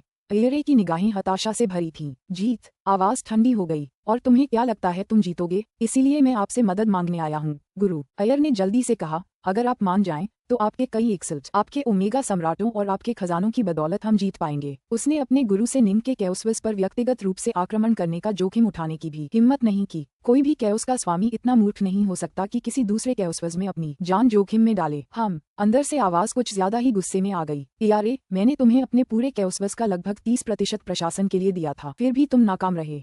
अब तुम ये भी चाहते हो कि मेरे राज में बच्चे तुम्हारे लिए अपनी जान जोखिम में डालें? मैं उनके मरने के बाद उन्हें वापस जीवित कर दूंगा। अय्यर ने जल्दी से कहा, जीवन में वापस? तुम ऊर्जा की इतनी बड़ी क्षति की भरपाई कैसे करोगे? मैं अपने कैओसवस को इतना कमजोर नहीं होने दूंगा। अय्यर, तुम्हें पता होना चाहिए कि कब रुकना है। उसके गुरु सचमुच क्रोधित हो रहे थे। अब जबकि निंग ने ओब्लिवियन स्वॉर्ड दाव में महारत हासिल कर ली थी, जिन सिथे को उसने मारा था उनकी सच्ची आत्माएं सिथे कैओसवस में वापस नहीं आ पाएंगी। परिणामस्वरूप सिथे कैओसवस लगातार कमजोर होता जा रहा था। निंग के कैओसवस में और एक्सल्ट भेजो। ये पूरी तरह संभव था कि अगर उनका कैओसवस एक हद तक कमजोर हो गया तो सम्राट डार्कनॉर्थ कैओस का भगवान बनने के बाद आक्रमण का नेतृत्व करेगा। अगर दो अराजकतावादी ताकतवर पक्ष एक दूसरे के काफी करीब होते तो कोई भी दूसरे को कुछ नहीं कर पाता, लेकिन अगर एक पक्ष दूसरे से बहुत कमजोर होता तो अराजकतावादी पक्ष की हार संभव थी। और वह जगह सम्राट डार्कनॉर्थ का घर बनी हुई है। आप शायद पहले ही ग्रासलैंड वर्ल्ड और एनिहिलेशन हाइव खो चुके हैं। उनके बिना और एक्सल्ट भेजना व्यर्थ होगा। वे बस मर जाएंगे, अय्यर के गुरु ने कहा। अय्यर चुप हो गए। यदि तुम सचमुच अपनी जान जोखिम में डालने के लिए दृढ़ संकल्पित हो तो आशा की किरण हो सकती है, उसके स्वामी ने अचानक कहा। मौत का जोखिम? अय्यर की आंखें चमक उठीं। मेरे पास एक खजाना है, एक सुरक्षा खजाना जो मैंने अनगिनत युगों की कड़ी मेहनत के बाद बनाया है। ये तुम्हें अपनी सच्ची आत्मा के अधिकांश भाग को प्रज्वलित करने और उसे अपने अंदर डालने में मदद करेगा ताकि एक अत्यंत शक्तिशाली कौशल का विकास हो सके। इस खजाने के साथ तुम्हारे जीतने की संभावना है, उसके स्वामी ने कहा। लेकिन इस खजाने में एक खामी है। जब तुम इसका इस्तेमाल करोगे तो तुम्हें भारी नुकसान होगा। अगर तुम युद्ध जीत गए तो तुम धीरे धीरे ठीक हो पाओगे, लेकिन अगर तुम हार गए तो शायद सम्राट डार्कनॉर्थ तुम्हें वहीं मार डालेंगे। क्या तुम तैयार हो? उसके मालिक ने पूछा। मैं तैयार हूँ। मैं उस अंतिम कदम को उठाने और साधना के सच्चे शिखर तक पहुँचने के अपने प्रयासों में मरने को तैयार हूँ। बिना आशा के जीने का क्या मतलब है? अय्यर ने दांत पीसते हुए कहा। एक और बात, अगर तुम नाकाम रहे तो इस खजाने को डार्कनॉर्थ के हाथ में पड़ने देने के बजाय इसे नष्ट कर देना याद रखना, उसके मालिक ने कहा। मुझे लगता है कि तुमने मेरे दिए हुए युद्ध जानवर खो दिए हैं। मैंने उन्हें खो दिया है। चिंता मत करो गुरु, अगर मैं असफल रहा तो मैं सम्राट डार्कनॉर्थ को यह सुरक्षात्मक खजाना हासिल नहीं करने दूंगा। अय्यर ने शांति से कहा। अगर यह निंग के हाथ लग गया तो निंग इससे सीख पाएगा। अचानक एक अजीब सा पदक उड़कर अय्यर की ओर आया, जिसने उसे पकड़ लिया। ये पदक हथेली के आकार का और बहुत भारी था। अय्यर को भी उसके भार से कुछ दबाव महसूस हुआ, मानो वह सचमुच एक पूरी दुनिया थामे हुए हो। पदक की सतह काले और सफेद रेखा चित्रों से ढकी हुई थी, जिसके दोनों ओर काले और बीच का भाग सफेद था। ऐसा लग रहा था मानो दो ऊंचे काले पहाड़ हों जिनके बीच एक सफेद घाटी या सफेद नदी हो। ये लगभग चेतना जैसा लग रहा था और अय्यर ने तुरंत उसे अपने साथ बांध लिया। अविश्वसनीय। जैसे ही उसने इसे बांधा, उसे समझ आ गया कि यह खजाना कितना विशाल और मूल्यवान है। कीमती होने के मामले में ये वास्तव में विनाश छत्ते और चरागाह दुनिया दोनों से बेहतर था। यह उस खजाने के रूप में अपनी प्रतिष्ठा पर खरा उतरा जिसे उसके मालिक ने व्यक्तिगत रूप से सुरक्षा के लिए रखा था। उसका स्वामी अब सचमुच अजेय था, जबकि वह स्वयं घोर निराशा में डूबा हुआ था। यही एकमात्र कारण था कि उसका स्वामी उसे इतना मूल्यवान सुरक्षात्मक खजाना भी उपहार में देने को तैयार था। यह उसके स्वामी की असीम बुद्धि का सार था। इसीलिए उसके स्वामी ने उसे युद्ध में असफल होने पर इसे नष्ट करने का आदेश दिया था। शुक्रिया गुरुजी, अय्यर ने उत्साह से कहा। वह खुद को रोक नहीं पाया और पूछा, इसका नाम क्या है? अंदर की आवाज एक पल के लिए शांत हो गई, फिर धीरे से बोली, इसे पहाड़ों और नदियों का स्तंभ कहा जाता है। पहाड़ों और नदियों का स्तंभ। अय्यर ने अपनी हथेली में रखी पट्टिका को घूरा, फिर धीरे से सिर हिलाया। तो फिर चले जाओ, दूर हो जाओ। अय्यर ने तुरंत एक बार फिर सम्मान और कृतज्ञता से सिर झुकाया, फिर जाने के लिए मुड़ा। उसे हर पल का पूरा फायदा उठाना था। हालांकि उसे लग रहा था कि निंग ओब्लिवियन के विपरीत पक्ष को जल्दी समझ नहीं पाएगा और इस तरह लंबे समय तक वहीं फंसा रहेगा, फिर भी वह खुद को सबसे अच्छा मौका देना चाहता था और जल्दी से जवाबी हमला करना चाहता था। 2 महीने और यात्रा करने के बाद वह एक बार फिर निंग के कैओसवस पहुंच गया। वहां प्रवेश करने के बाद वह स्पेस टाइम से होते हुए ग्रासलैंड वर्ल्ड की ओर बढ़ने लगा, जहां वे पहले लड़े थे। वह मरने वाला है और मैं जीतने वाला हूँ। अय्यर जल्दी से आगे बढ़ा। घास के मैदान की दुनिया में बस एक ही चीज बची थी, वह काली धातु की मीनार। सफेद वस्त्र पहने निंग उस काली मीनार के पास अकेला बैठा था। उसके चारों ओर समय का प्रवाह बाहरी दुनिया से बिल्कुल अलग था। निंग का मन तलवार के दाव के रहस्यों से भरा हुआ था, जो लगातार रूपांतरित और प्रवर्धित होता जा रहा था। यह अयर की अपेक्षा के विपरीत था। जैसे ही निंग ने विस्मृति तलवार दाव में महारत हासिल की, उसे तुरंत एहसास हो गया कि विनाश का एक और पहलू भी है और उसे पता था कि उसे कौन सा रास्ता अपनाना है। उसका मन विस्मृति तलवार दाव की असीम शक्ति और उससे पोषित नए जीवन से भर गया। जैसे जैसे समय बीतता गया, विस्मृति तलवार दाव से जन्मी प्राण ऊर्जा और भी शक्तिशाली होती गई। धमाका! एक दिन उसके विस्मृति तलवार दाव के मूल में असीम जीवन शक्ति उस स्तर तक पहुंच गई जहां अंततः वह फट गई। विस्मृति का अंधकार तुरंत गायब हो गया और पीछे केवल प्राण ऊर्जा की एक चमकदार शुद्ध तरंग ही बची। असीम प्राण ऊर्जा हर दिशा में फैल गई, जिसके परिणामस्वरूप अंतरिक्ष और समय का जन्म हुआ। वस्तुएं यिन और यांग में विभाजित हो गईं। पंच तत्व उत्पन्न हुए और अंततः कर्म का उदय हुआ, जिसने उन सभी को एक साथ जोड़ दिया। असीम प्राण ऊर्जा भी कर्म से प्रभावित थी और इसलिए कर्म ने उसे एक साथ बांध दिया। यिन और यांग एक दूसरे में उलझे हुए थे और पंच तत्व एक साथ आए और उन सभी ने उस प्राण ऊर्जा के साथ मिलकर एक के बाद एक नए जीवों को जन्म दिया। तारों का जन्म हुआ, अंतरिक्ष का खालीपन पैदा हुआ, ग्रहों का जन्म हुआ, हरियाली, फूल और कीड़े मकोड़े। बस एक विचार से पूरी दुनियाएं बन गईं। अंत में सभी दाव मिलकर ओमेगा नामक विलक्षणता का निर्माण करते हैं, जिसे मैं अपने ओमेगा तलवार दाव के माध्यम से व्यक्त करता हूँ। अब जबकि वह विस्मृति के दूसरे पहलू को पूरी तरह समझ गया था, निंग का दूसरा कदम भी ओमेगा स्वायत्ता की दहलीज को पार कर गया। फुफ! निंग के जिंदन अराजकता क्षेत्र में विशाल दाव वृक्ष की चोटी पर स्थित अनंत काल का चमकीला फूल धीरे धीरे मुरझाने लगा। लेकिन जैसे जैसे वह मुरझा रहा था, उसके भीतर से एक फल उग रहा था। जैसे जैसे वह फल बड़ा होता गया, उसने एक मानवाकार आकार ग्रहण करना शुरू कर दिया। वह असीम तलवार इच्छा से भरा हुआ था जो लगातार सघन होता जा रहा था। आखिरकार फल ने अपना पूर्ण आकार ले लिया। ये फल मानव जैसा था और बिल्कुल निंग जैसा दिख रहा था। ये कमल मुद्रा में बैठा था और इसके चेहरे पर मुस्कान थी। संपूर्ण चरागाह जगत में हलचल और कंपन होने लगा क्योंकि असीम ऊर्जा उस पर एकत्रित होने लगी। निंग का शरीर रूपांतरित होने लगा था, जबकि उसकी चेतना नाटकीय रूप से विस्तृत हो रही थी। अब ये संपूर्ण अराजकता ब्रह्मांड के हर इंच में व्याप्त हो गई थी। अराजकता ब्रह्मांड के प्रमुख तत्वों के साथ प्रतिध्वनित हो रही थी। वह महसूस कर सकता था कि प्रमुख तत्व आनंद और उत्सव में चिल्ला रहे थे। उसकी इच्छा शक्ति स्वाभाविक रूप से सारतत्व के प्रत्येक भाग के साथ एकाकार हो गई। उसे किसी भी प्रतिरोध का सामना नहीं करना पड़ा। अब वह जब चाहे उसे बांध सकता था। तो ये है मूल तत्वों का असली स्वरूप और स्वरूप। निंग इस सब से मदहोश हो गया। पुस्तक 45, अध्याय 16, अंत 1। निंग अब पहली बार संपूर्ण सारतत्व के वास्तविक स्वरूप को स्पष्ट रूप से देख पा रही थी। सारतत्व अनगिनत शाश्वत ओमेगा दाव से बना था, जिनमें से शाश्वत ओमेगा तलवार दाव उनमें से एकमात्र था। अन्य शाश्वत ओमेगा दाव में शाश्वत ओमेगा कर्म दाव, शाश्वत ओमेगा समय दाव, शाश्वत ओमेगा अंतरिक्ष दाव, शाश्वत ओमेगा अंतरिक्ष समय दाव, शाश्वत ओमेगा धातु दाव, शाश्वत ओमेगा जल दाव, शाश्वत ओमेगा संसार दाव, शाश्वत ओमेगा पंचतत्व दाव शामिल थे। वे सभी शाश्वत ओमेगा दाव थे। वे सभी एक ही स्तर के थे, लेकिन कुछ दूसरों से ज्यादा शक्तिशाली थे। वे सभी एक दूसरे से जुड़े हुए थे और एक दूसरे को प्रभावित करते थे और एक सहज प्रतिक्रिया बनाने के लिए एक साथ आते थे, जिससे अराजकता ब्रह्मांड कुछ नियमों के अनुसार कार्य करता था। सभी चीजें आपस में जुड़ी हुई हैं, जैसे सभी दाव। ऑटोक ओमेगा स्वॉर्ड दाव को समझने के बाद निंग तथाकथित दावबत की अवस्था में पहुंच गया था। निंग अब सभी अन्य दाव के लिए शाश्वत ओमेगा दाव पर नियंत्रण रखता था, जिसमें स्पेस टाइम, जीवन और मृत्यु आदि शामिल थे। यही बात अयर को इतना शक्तिशाली बनाती थी। उसकी विशेषज्ञता प्रकाश के दाव में थी, लेकिन वह अन्य सभी दाव में भी शाश्वत ओमेगा दाव के स्तर तक पहुंच गया था। यही कारण था कि उसने स्पेस टाइम के उपयोग में उन सभी को पीछे छोड़ दिया था। हालांकि हर चीज में निष्पक्षता थी। अगर आप अराजकता के स्वामी बनना चाहते थे तो आपको आमतौर पर अराजकता के ब्रह्मांड में सबसे पहला ओमेगा ऑटोक बनना पड़ता था। पहले व्यक्ति को किसी और का मार्गदर्शन नहीं मिलता था और उसे सफल होने के लिए कांटों भरे रास्ते से जूझना पड़ता था। उसका रास्ता किसी और के रास्ते से ज्यादा कठिन होता था और वह किसी भी दूसरे से ज्यादा योग्य होता था। दूसरे ओमेगा ऑटोक के बारे में क्या? अब जबकि एक पूर्वगामी ने रास्ता दिखा दिया था, ओमेगा ऑटोक बनने की कठिनाई 10 गुना या उससे भी ज्यादा कम हो जाती। अगर दूसरा ओमेगा ऑटोक कैओस लॉर्ड बनना चाहता तो उसे एक और कैओसवर्स पर आक्रमण करना पड़ता, लेकिन ऐसा करने पर उसे दबा दिया जाता और अस्वीकार कर दिया जाता और वह दाव की शक्ति का एक कण भी इस्तेमाल नहीं कर पाता।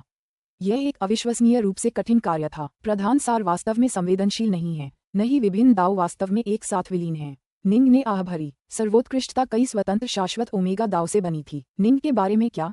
वह न केवल अनेक शाश्वत ओमेगा दाव को नियंत्रित करता था, बल्कि एक पूर्ण और आदर्श ऑटोक ओमेगा स्वॉर्ड दाव को भी नियंत्रित करता था। अंतर्दृष्टि के मामले में वह संपूर्ण क्विंटेसेस से भी आगे था।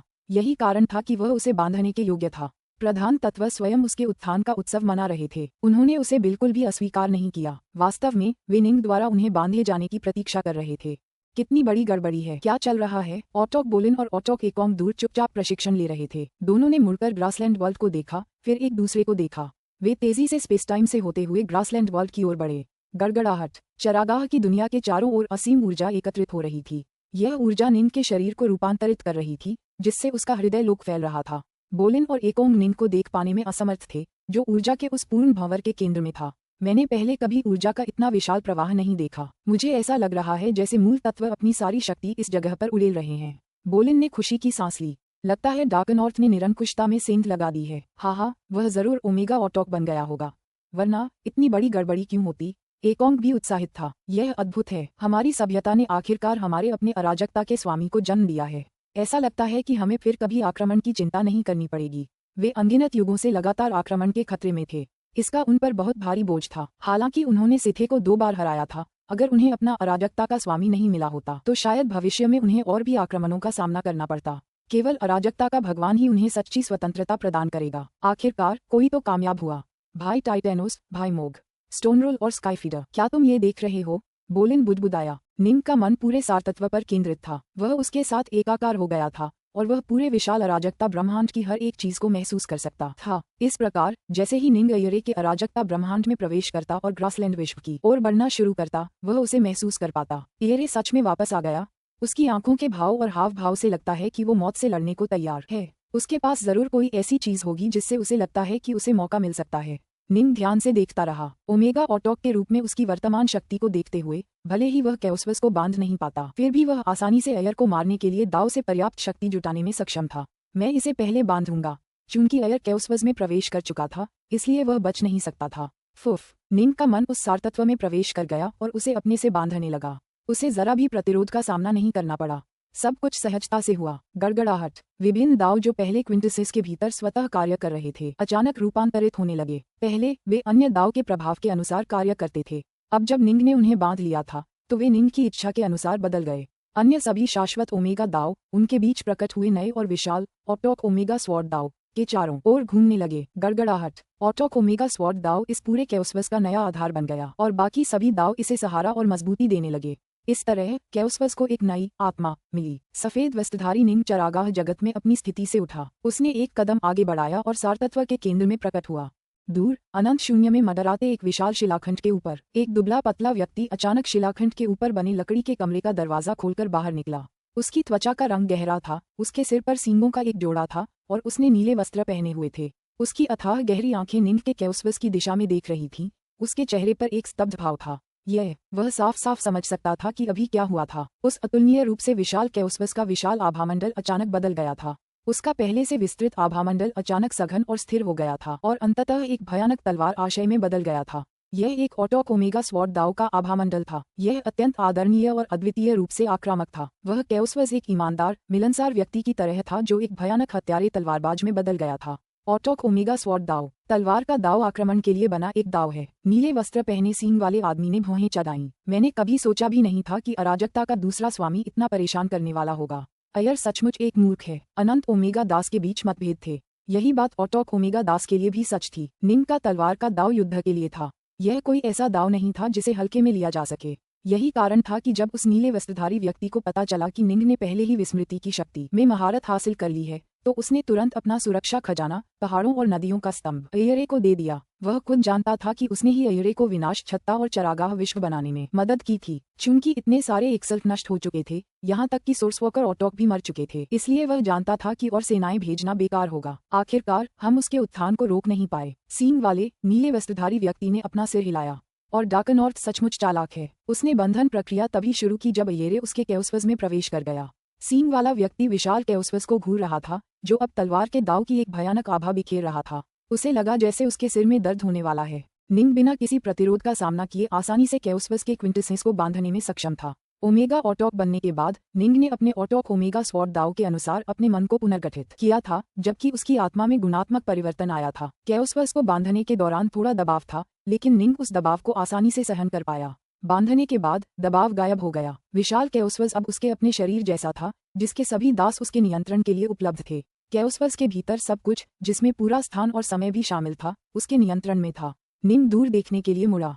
उसकी नजर अंतरिक्ष और समय को भेदती हुई इस अराजकता लोक में रहने वाले हर एक प्राणी को देख पा रही थी, जिसमें हाल ही में दिवंगत हुए ऑटोक टाइटेनोस और ऑटोक मोग जैसे प्राणी और यहाँ तक कि लंबे समय से मृत ऑटोक अवेकना और ऑटोक एंट्रोपोस जैसे प्राणी भी शामिल थे। उसने त्रिलोक के भी कई प्राणी देखे, जैसे भगवान तथागत बुद्ध, ताओवादी त्रिपवित्रताएं, शिनोंग, सुइरेन, फुक्सी और साथ ही उसकी प्रिय यूवेई भी। कुछ की सच्ची आत्माएं चकनाचूर हो चुकी थीं, जबकि कुछ की सच्ची आत्मा के टुकड़े भी नष्ट हो चुके थे। हालांकि निंग उन सभी को पुनर्जीवित करने में सक्षम था। जब वह अतीत में झांकता तो वह उनकी सच्ची आत्माओं को स्पष्टता से देख पाता। भले ही उनकी सच्ची आत्माएं बिखर चुकी हों, वह उन्हें उसी शून्य से सुधार कर उनका पुनर्निर्माण कर पाता। क्या मैं उन लोगों को भी पुनर्जीवित कर सकता हूँ जिनके सच्चे आत्मा के अंश नष्ट हो गए थे? निंग बेहद खुश था। मैं अपने अराजकता लोक में लगभग सर्वशक्तिमान हूँ। पहले निंग और बाकी सभी मानते थे कि जो लोग अपनी सच्ची आत्मा खो चुके हैं उन्हें पुनर्जीवित नहीं किया जा सकता, लेकिन ऐसा इसलिए था क्योंकि उनमें से किसी को भी अराजकता के स्वामी होने का कोई वास्तविक अनुभव नहीं था। उन्हें जरा भी अंदाजा नहीं था कि अराजकता का स्वामी वास्तव में कितना अद्भुत होता है। अपने स्वयं के अराजकता वज में अराजकता के स्वामी भूत, वर्तमान और भविष्य को एक साथ जोड़ने में सक्षम थे। लगभग ऐसा कुछ भी नहीं था जो वे न कर सकें। ओह, मैं सचमुच सर्वशक्तिमान नहीं हूँ। निंग को अचानक यह एहसास हुआ, मैं अभी भी अयर की आत्मा और उसकी असली आत्मा को नहीं समझ पा रहा हूँ। वह अन्य सभी जीवों की आत्माओं और उनकी सच्ची आत्माओं को देख सकता था, जिसका अर्थ था कि वह उन्हें समझ और उनकी प्रतिकृति बना सकता था। लेकिन अयरे की सच्ची आत्मा ऑटोक ओमेगा लाइट दाव पर आधारित थी। निंग ऑटोक ओमेगा लाइट दाव को नहीं समझता था, इसलिए वह उस पर आधारित आत्मा नहीं बना सकता था। इसी सिद्धांत के अनुसार अराजकता के सिथे लॉर्ड भी अयरे की सच्ची आत्मा को पुनः बनाने में असमर्थ थे। अगर मैंने अयरे को मार दिया तो क्या सिथे कैओस लॉर्ड उसे वापस नहीं ला पाएगा? निंग की आंखों में एक ठंडी जानलेवा नजर चमक उठी। फुफ! निंग ने एक कदम आगे बढ़ाया और तुरंत ही अयरे के क्षेत्र में प्रकट हो गया। अयरे अभी भी अधिकतम गति से स्पेस टाइम के माध्यम से आगे बढ़ने की प्रक्रिया में था। उसका दिल अधीरता से जल रहा था। अगर मैं जीत गया तो मैं इस अराजकता सार्वभौमिकता का स्वामी बन जाऊंगा। अयरे उत्सुकता से भर गया। अचानक, अरे क्या हो रहा है? मैं अब और स्पेस टाइम में क्यों नहीं घूम सकता? अयरे का चेहरा पीला पड़ गया। स्पेस टाइम अचानक उसके चारों ओर अविश्वसनीय रूप से स्थिर हो गया था, जिससे उसके लिए उसे चीरना असंभव हो गया था। अचानक कहीं से एक सफेद वस्त्रधारी युवक, जिसकी पीठ पर काला म्यान था, प्रकट हुआ। उसने ठंडे स्वर में कहा, अयरे। शक्ति का एक भयानक प्रभामंडल छा गया, जिसने अयरे को पूरी तरह से घेर लिया और वहीं जम गया। अयरे अब अपनी एक उंगली भी नहीं हिला पा रहा था। वह दूर खड़ी निंग को डर से घूर रहा था। तुम तो पहले से ही। हाँ, मैंने अपनी मातृभूमि को पहले ही अपने साथ बांध लिया है। आज से मैं ही इसकी रक्षा करूंगा, निंग ने ठंडे स्वर में कहा। साथ ही दाववादी। अचानक दूर से एक आवाज गूंजी, जो स्पेस टाइम से आगे बढ़कर निंग के कैओसवस तक पहुंच गई। अब जबकि निंग इस कैओसवस को पहले ही घेर चुका था, वह इस आवाज को महसूस कर पा रहा था। वह दूर देखने के लिए मुड़ा। कैओसवस को घेरे हुए झिल्ली अब उसकी नजर को रोक नहीं पा रही थी। वह स्पेस टाइम और अनंत शून्य में गहराई तक देखता रहा। आवाज की गूंज का अनुसरण करते हुए उसका स्रोत ढूंढने लगा। उसने एक दुबली पतली सींग वाली नीले वस्त्र पहने आकृति को एक विशाल शिलाखंड के ऊपर खड़ा देखा। सींग वाली आकृति की नजरें गर्मजोशी से भरी थीं और उसके चेहरे पर मुस्कान थी। साथ ही दाववादी, कृपया मेरे शिष्य की जान बख्श दें। निंग के अराजकता लोक में निंग ने अपनी ठंडी निगाहें वापस अयरे पर घुमाईं। उसकी असीम शक्ति ने ओमेगा ऑटोक को पूरी तरह से दबा दिया था। अयरे अपनी एक उंगली भी नहीं हिला पा रहा था। वह पलकें भी नहीं झपका पा रहा था और नहीं बोल पा रहा था। मर जाओ, निंग ने ठंडे स्वर में कहा। फुफ! अयरे अभी भी निंग को घूर रहा था, लेकिन उसका शरीर पूरी तरह से टूटने लगा। यहाँ तक कि उसकी आत्मा भी पूरी तरह से विघटित हो गई, शुद्ध ऊर्जा में परिवर्तित हो गई, जिसे कैओसवस ने अवशोषित कर लिया। ऊर्जा का यह उभार इतना प्रचंड था कि 100 साधारण ऑटोक्स की संयुक्त ऊर्जा से भी ज्यादा था। पूरे कैओसवस का आभामंडल स्पष्ट रूप से प्रबल हो गया। ओमेगा ऑटोक अयरे मृत। साथ ही दाववादी। अनंत शून्य में विशाल शिलाखंड के ऊपर दूर से सींग वाला आदमी महसूस कर सकता था कि उसकी अराजकता की दुनिया नाटकीय रूप से कमजोर हो रही है। वह आह भरने से खुद को रोक नहीं पाया। क्या ये सचमुच जरूरी था? आप तो पहले से ही अराजकता के स्वामी हैं और मरे हुए सभी लोगों को पुनर्जीवित कर सकते हैं। आपको ऐसा क्यों करना पड़ा? तुम उसे बचाना चाहते थे। निंग अपने अराजकता लोक में ही रहा और उसकी आवाज अनंत शून्य में और सींग वाले आदमी के कानों में गूंज उठी। सींग वाले आदमी ने निंग की आवाज में बर्फीली दुश्मनी महसूस की। तुम उसे बचाना चाहते थे, लेकिन अगर वह जीत जाता तो हमारी पूरी सभ्यता के सभी जीव जंतु नष्ट हो जाते। हमें बचाने कौन आता? निंग की बर्फीली शत्रुतापूर्ण आवाज सींग वाले आदमी के कानों में गूंजती रही। और सिथे कैओस लॉर्ड, क्या तुम मुझे ये बताने वाले हो कि तुमने उसकी साजिशों में उसकी मदद नहीं की? मेरे सामने मासूम बनने की कोशिश मत करो। पुस्तक 45, अध्याय 17, अंत 2। साथ ही ताओवादी डाकनॉर्थ, मैं मानता हूँ कि मैंने कुछ अनुचित व्यवहार किया, लेकिन साधना का मार्ग स्वाभाविक रूप से स्वार्थी मार्ग है। हम संघर्ष करके शिखर तक पहुँचते हैं, है ना? आपका अराजकता लोक सभी अराजकता लोकों में सबसे कमजोर था, इसलिए मेरे शिष्य ने स्वाभाविक रूप से उसे अपना बनाने का प्रयास किया। युद्ध अब समाप्त हो चुका है और वह मर चुका है। अब आप अराजकता के स्वामी हैं। आइए, जो बीत गया सो बीत गया।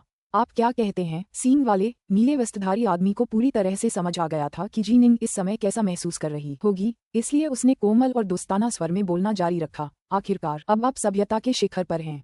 हम दोनों अपनी अपनी अराजकता की दुनिया के नियंत्रण में हैं और हम दोनों में से कोई भी एक दूसरे का कुछ नहीं बिगाड़ सकता। फिर आपस में द्वेष रखने का क्या मतलब है? निंग ने एक ठंडी सिसकारी भरी, फिर नजरें हटा लीं और तार तोड़ दिया। सींग वाला आदमी बस हंसा, जरा भी नाराज नहीं हुआ। सफेद वस्त्र पहने निंग उस खाली जगह में खड़ा उन खजानों को घूर रहा था जो मृतक अयर पीछे छोड़ गया था। उसने अपनी दिव्य बुद्धि का इस्तेमाल करके सारे खजानों को खंगाला और उनका निरीक्षण किया। चूंकि अयर ने लौटने की हिम्मत की थी, तो शायद उसके पास कुछ ऐसा था जिस पर वह भरोसा कर रहा था। ओह, क्या यह वही पट्टिका थी? निंग को पहाड़ों और नदियों का स्तंभ मिला। ये देखने में तो बिल्कुल साधारण लग रहा था, लेकिन जब निंग ने इसे गौर से देखा तो वह दंग रह गया। अंदर की बारीकियों को देखकर वह आश्चर्य से आंखें भरने लगा। इसे अराजकता के सिथे भगवान ने बनाया होगा, वरना अयेरे ने इसे बहुत पहले ही इस्तेमाल कर लिया होता। यह वाकई अविश्वसनीय है। अराजकता का ये भगवान कारीगरी के मामले में एक अद्भुत कृति है, और यह वस्तु मेरे लिए बहुत उपयोगी है। निंग के लिए काले युद्ध जानवरों का कोई खास महत्व नहीं था, लेकिन पर्वतों और नदियों का स्तंभ काफी महत्वपूर्ण था। ये स्तंभ मुझे एक भयानक प्रहार में तुरंत भारी मात्रा में मान मुक्त करने की अनुमति दे सकता है, जो मेरे सामान्य अधिकतम से कहीं अधिक है। अविश्वसनीय। हालांकि मैं इसे बांध नहीं सकता, फिर भी यह मेरे अपने शिल्प कौशल को निखारने में मेरे लिए बहुत उपयोगी होगा। निंग ने अपनी पीठ पर लगी 6 उत्तरधनुष तलवारों को अपने हृदयलोक में प्रवेश करने के लिए प्रेरित किया। अब तक उसका विशाल हृदयलोक वास्तविक दुनिया के बिल्कुल समान हो गया था।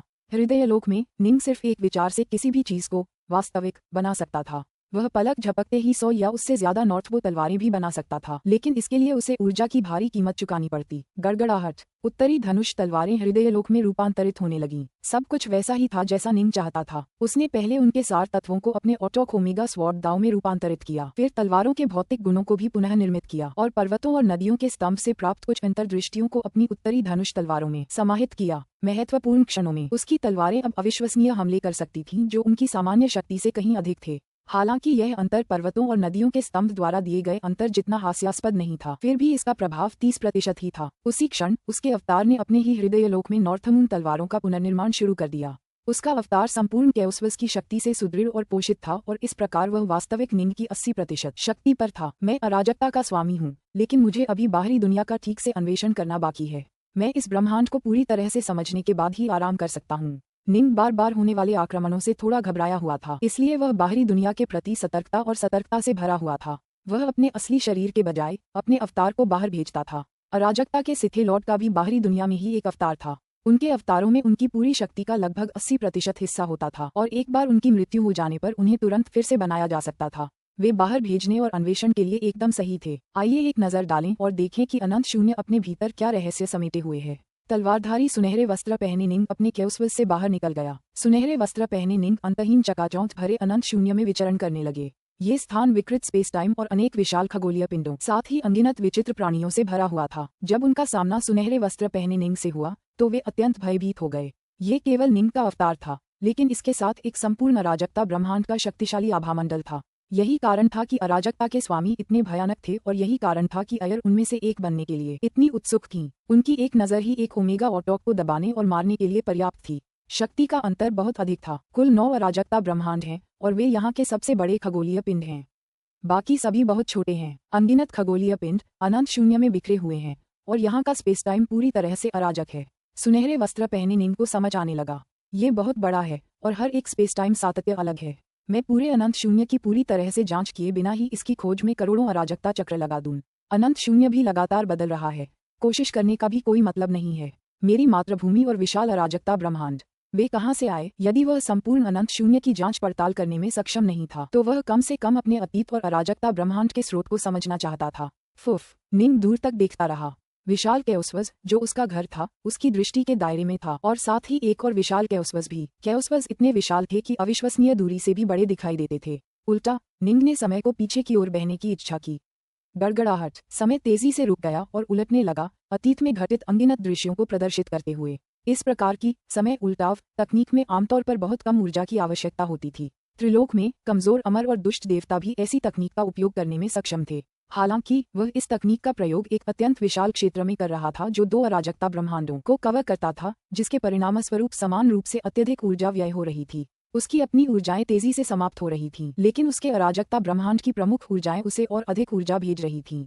यही एक और कारण था कि कैओस लॉर्ड इतने अद्भुत थे। वे जितनी चाहें उतनी शक्ति का प्रयोग कर सकते थे। जब तक वे अपनी कैओसवस की स्वाभाविक रूप से पुनर्जीवित होने वाली शक्ति से ज्यादा शक्ति का प्रयोग नहीं करते, तब तक उनके पास वास्तव में असीमित ऊर्जा उपलब्ध थी। उनकी कैओसवस भी अनंत शून्य से अविश्वसनीय दर से ऊर्जा प्राप्त करती थीं, और तेज और तेज। मैं और देखना चाहता हूँ। सुनहरे वस्त्र पहने निंग ने दोनों अराजकता ब्रह्मांडों की ओर देखा। जैसे जैसे समय पीछे की ओर जा रहा था, धमाका! अचानक निंग ने दूर से उन दो अराजकता छंदों को फटते देखा। अरे! निंग ने तुरंत समय उल्टा रोक दिया। यह कोई वास्तविक विस्फोट नहीं था। समय धीरे धीरे आगे बढ़ता रहा, जिससे निंग सब कुछ साफ साफ देख पा रहा था। असल दृश्य पदार्थ और ऊर्जा की अनगिनत अलग अलग धाराओं का था, जो धीरे धीरे एक विशाल अराजकता ब्रह्मांड का निर्माण करने के लिए एक साथ आ रही थीं। तो क्या अराजकता के ब्रह्मांड वास्तव में अनगिनत मात्रा में पदार्थ और ऊर्जा के एक साथ आने से बने थे? निंग ने सिर हिलाया। ये बात समझ में आई। उसने समय के उलटफेर को जारी रखा। अरे! अचानक निंग को कुछ खास नजर आया। पदार्थ और ऊर्जा जो बाहर की ओर विस्फोटित हुए थे, मिलकर विभिन्न आकार के कई खगोलीय पिंडों का निर्माण कर रहे थे, जिनमें 9 केओस्वस सबसे बड़े थे। तो सारा पदार्थ असल में उसी दिशा से आया था। निंग ने तुरंत अपनी नजर उस जगह की ओर घुमाई जहां से यह सारा पदार्थ आया था। जिस बिंदु पर उसने अपनी दृष्टि केंद्रित की, वहां समय उलट गया और वह उस स्थान को देखने लगा जहां से यह सारा पदार्थ आया था। बहुत समय पहले अनंत शून्य के भीतर एक अविश्वसनीय रूप से विस्तृत क्षेत्र में एक विशाल भूभाग मौजूद था। ये भूभाग अत्यंत अकल्पनीय आकार का था। ये किसी भी अराजकता ब्रह्मांड से कहीं अधिक विशाल था। कितना विशाल भूभाग! क्या यहीं से सब कुछ आया है? सुनहरे वस्त्र पहने निंग तुरंत उस क्षेत्र के करीब जाने लगा। उसने इसे खोज लिया। उस उड़ते हुए पत्थर के ऊपर बैठा दुबला पतला सींग वाला आदमी दूर से देख रहा था। जब निंग उस जगह की ओर बढ़ने लगा जहां वह भूभाग था, तो सींग वाले आदमी का दिल बैठ गया। फिर वह भी तुरंत वहां मुड़ने लगा। जब निंग उस विशाल भूभाग पर पहुंचा, तो समय एक बार फिर पीछे मुड़ने लगा। उस विशाल भूभाग में जो कुछ हुआ था, उसके दृश्य निंग के सामने फिर से घूमने लगे। ये दुनिया किसी भी अराजकता लोक से कहीं ज्यादा विशाल थी और इसमें अनगिनत जीव और अनगिनत प्रजातियां भी थीं। कितना जीवंत! निंग ने उन अनगिनत प्राणियों के जीवन को अपने सामने दोहराया। धमाका! अचानक विशाल भूभाग टूटने लगा। अरे गद्दारों! गद्दारों! एक विशालकाय काले वस्त्रधारी सम्राट, जिसकी आभा अविश्वसनीय शक्ति का आभामंडल बिखेर रही थी, 100 से ज्यादा प्रचंड पराक्रमी आकृतियों से घिरा हुआ था। इन सभी आकृतियों के अलग अलग रूप थे, जिनमें मनुष्य और पशु दोनों शामिल थे, और उनके प्रहार अविश्वसनीय शक्ति से भरे हुए थे। गद्दार! तुमने हमें गुलाम बनाया। क्या हमारी सारी मेहनत बेकार होनी चाहिए थी, सिर्फ तुम्हारे सदा गुलाम बनकर रहने के लिए? हाँ, तुमने सोचा था कि हमारी सच्ची आत्माओं पर तुमने जो मुहर लगाई है, उससे तुम हमें मरते दम तक नियंत्रित कर पाओगे। अरे मूर्ख! आखिरकार तुम इस महाद्वीप की इच्छाशक्ति के अवतार से ज्यादा कुछ नहीं हो। तुम कोई सच्चे साधक नहीं हो। तुम्हें अंदाजा भी नहीं है कि ओमेगा ऑटॉक कितने दुर्जेय होते हैं। हम बहुत पहले ही तुम्हारे नियंत्रण से बच निकले थे।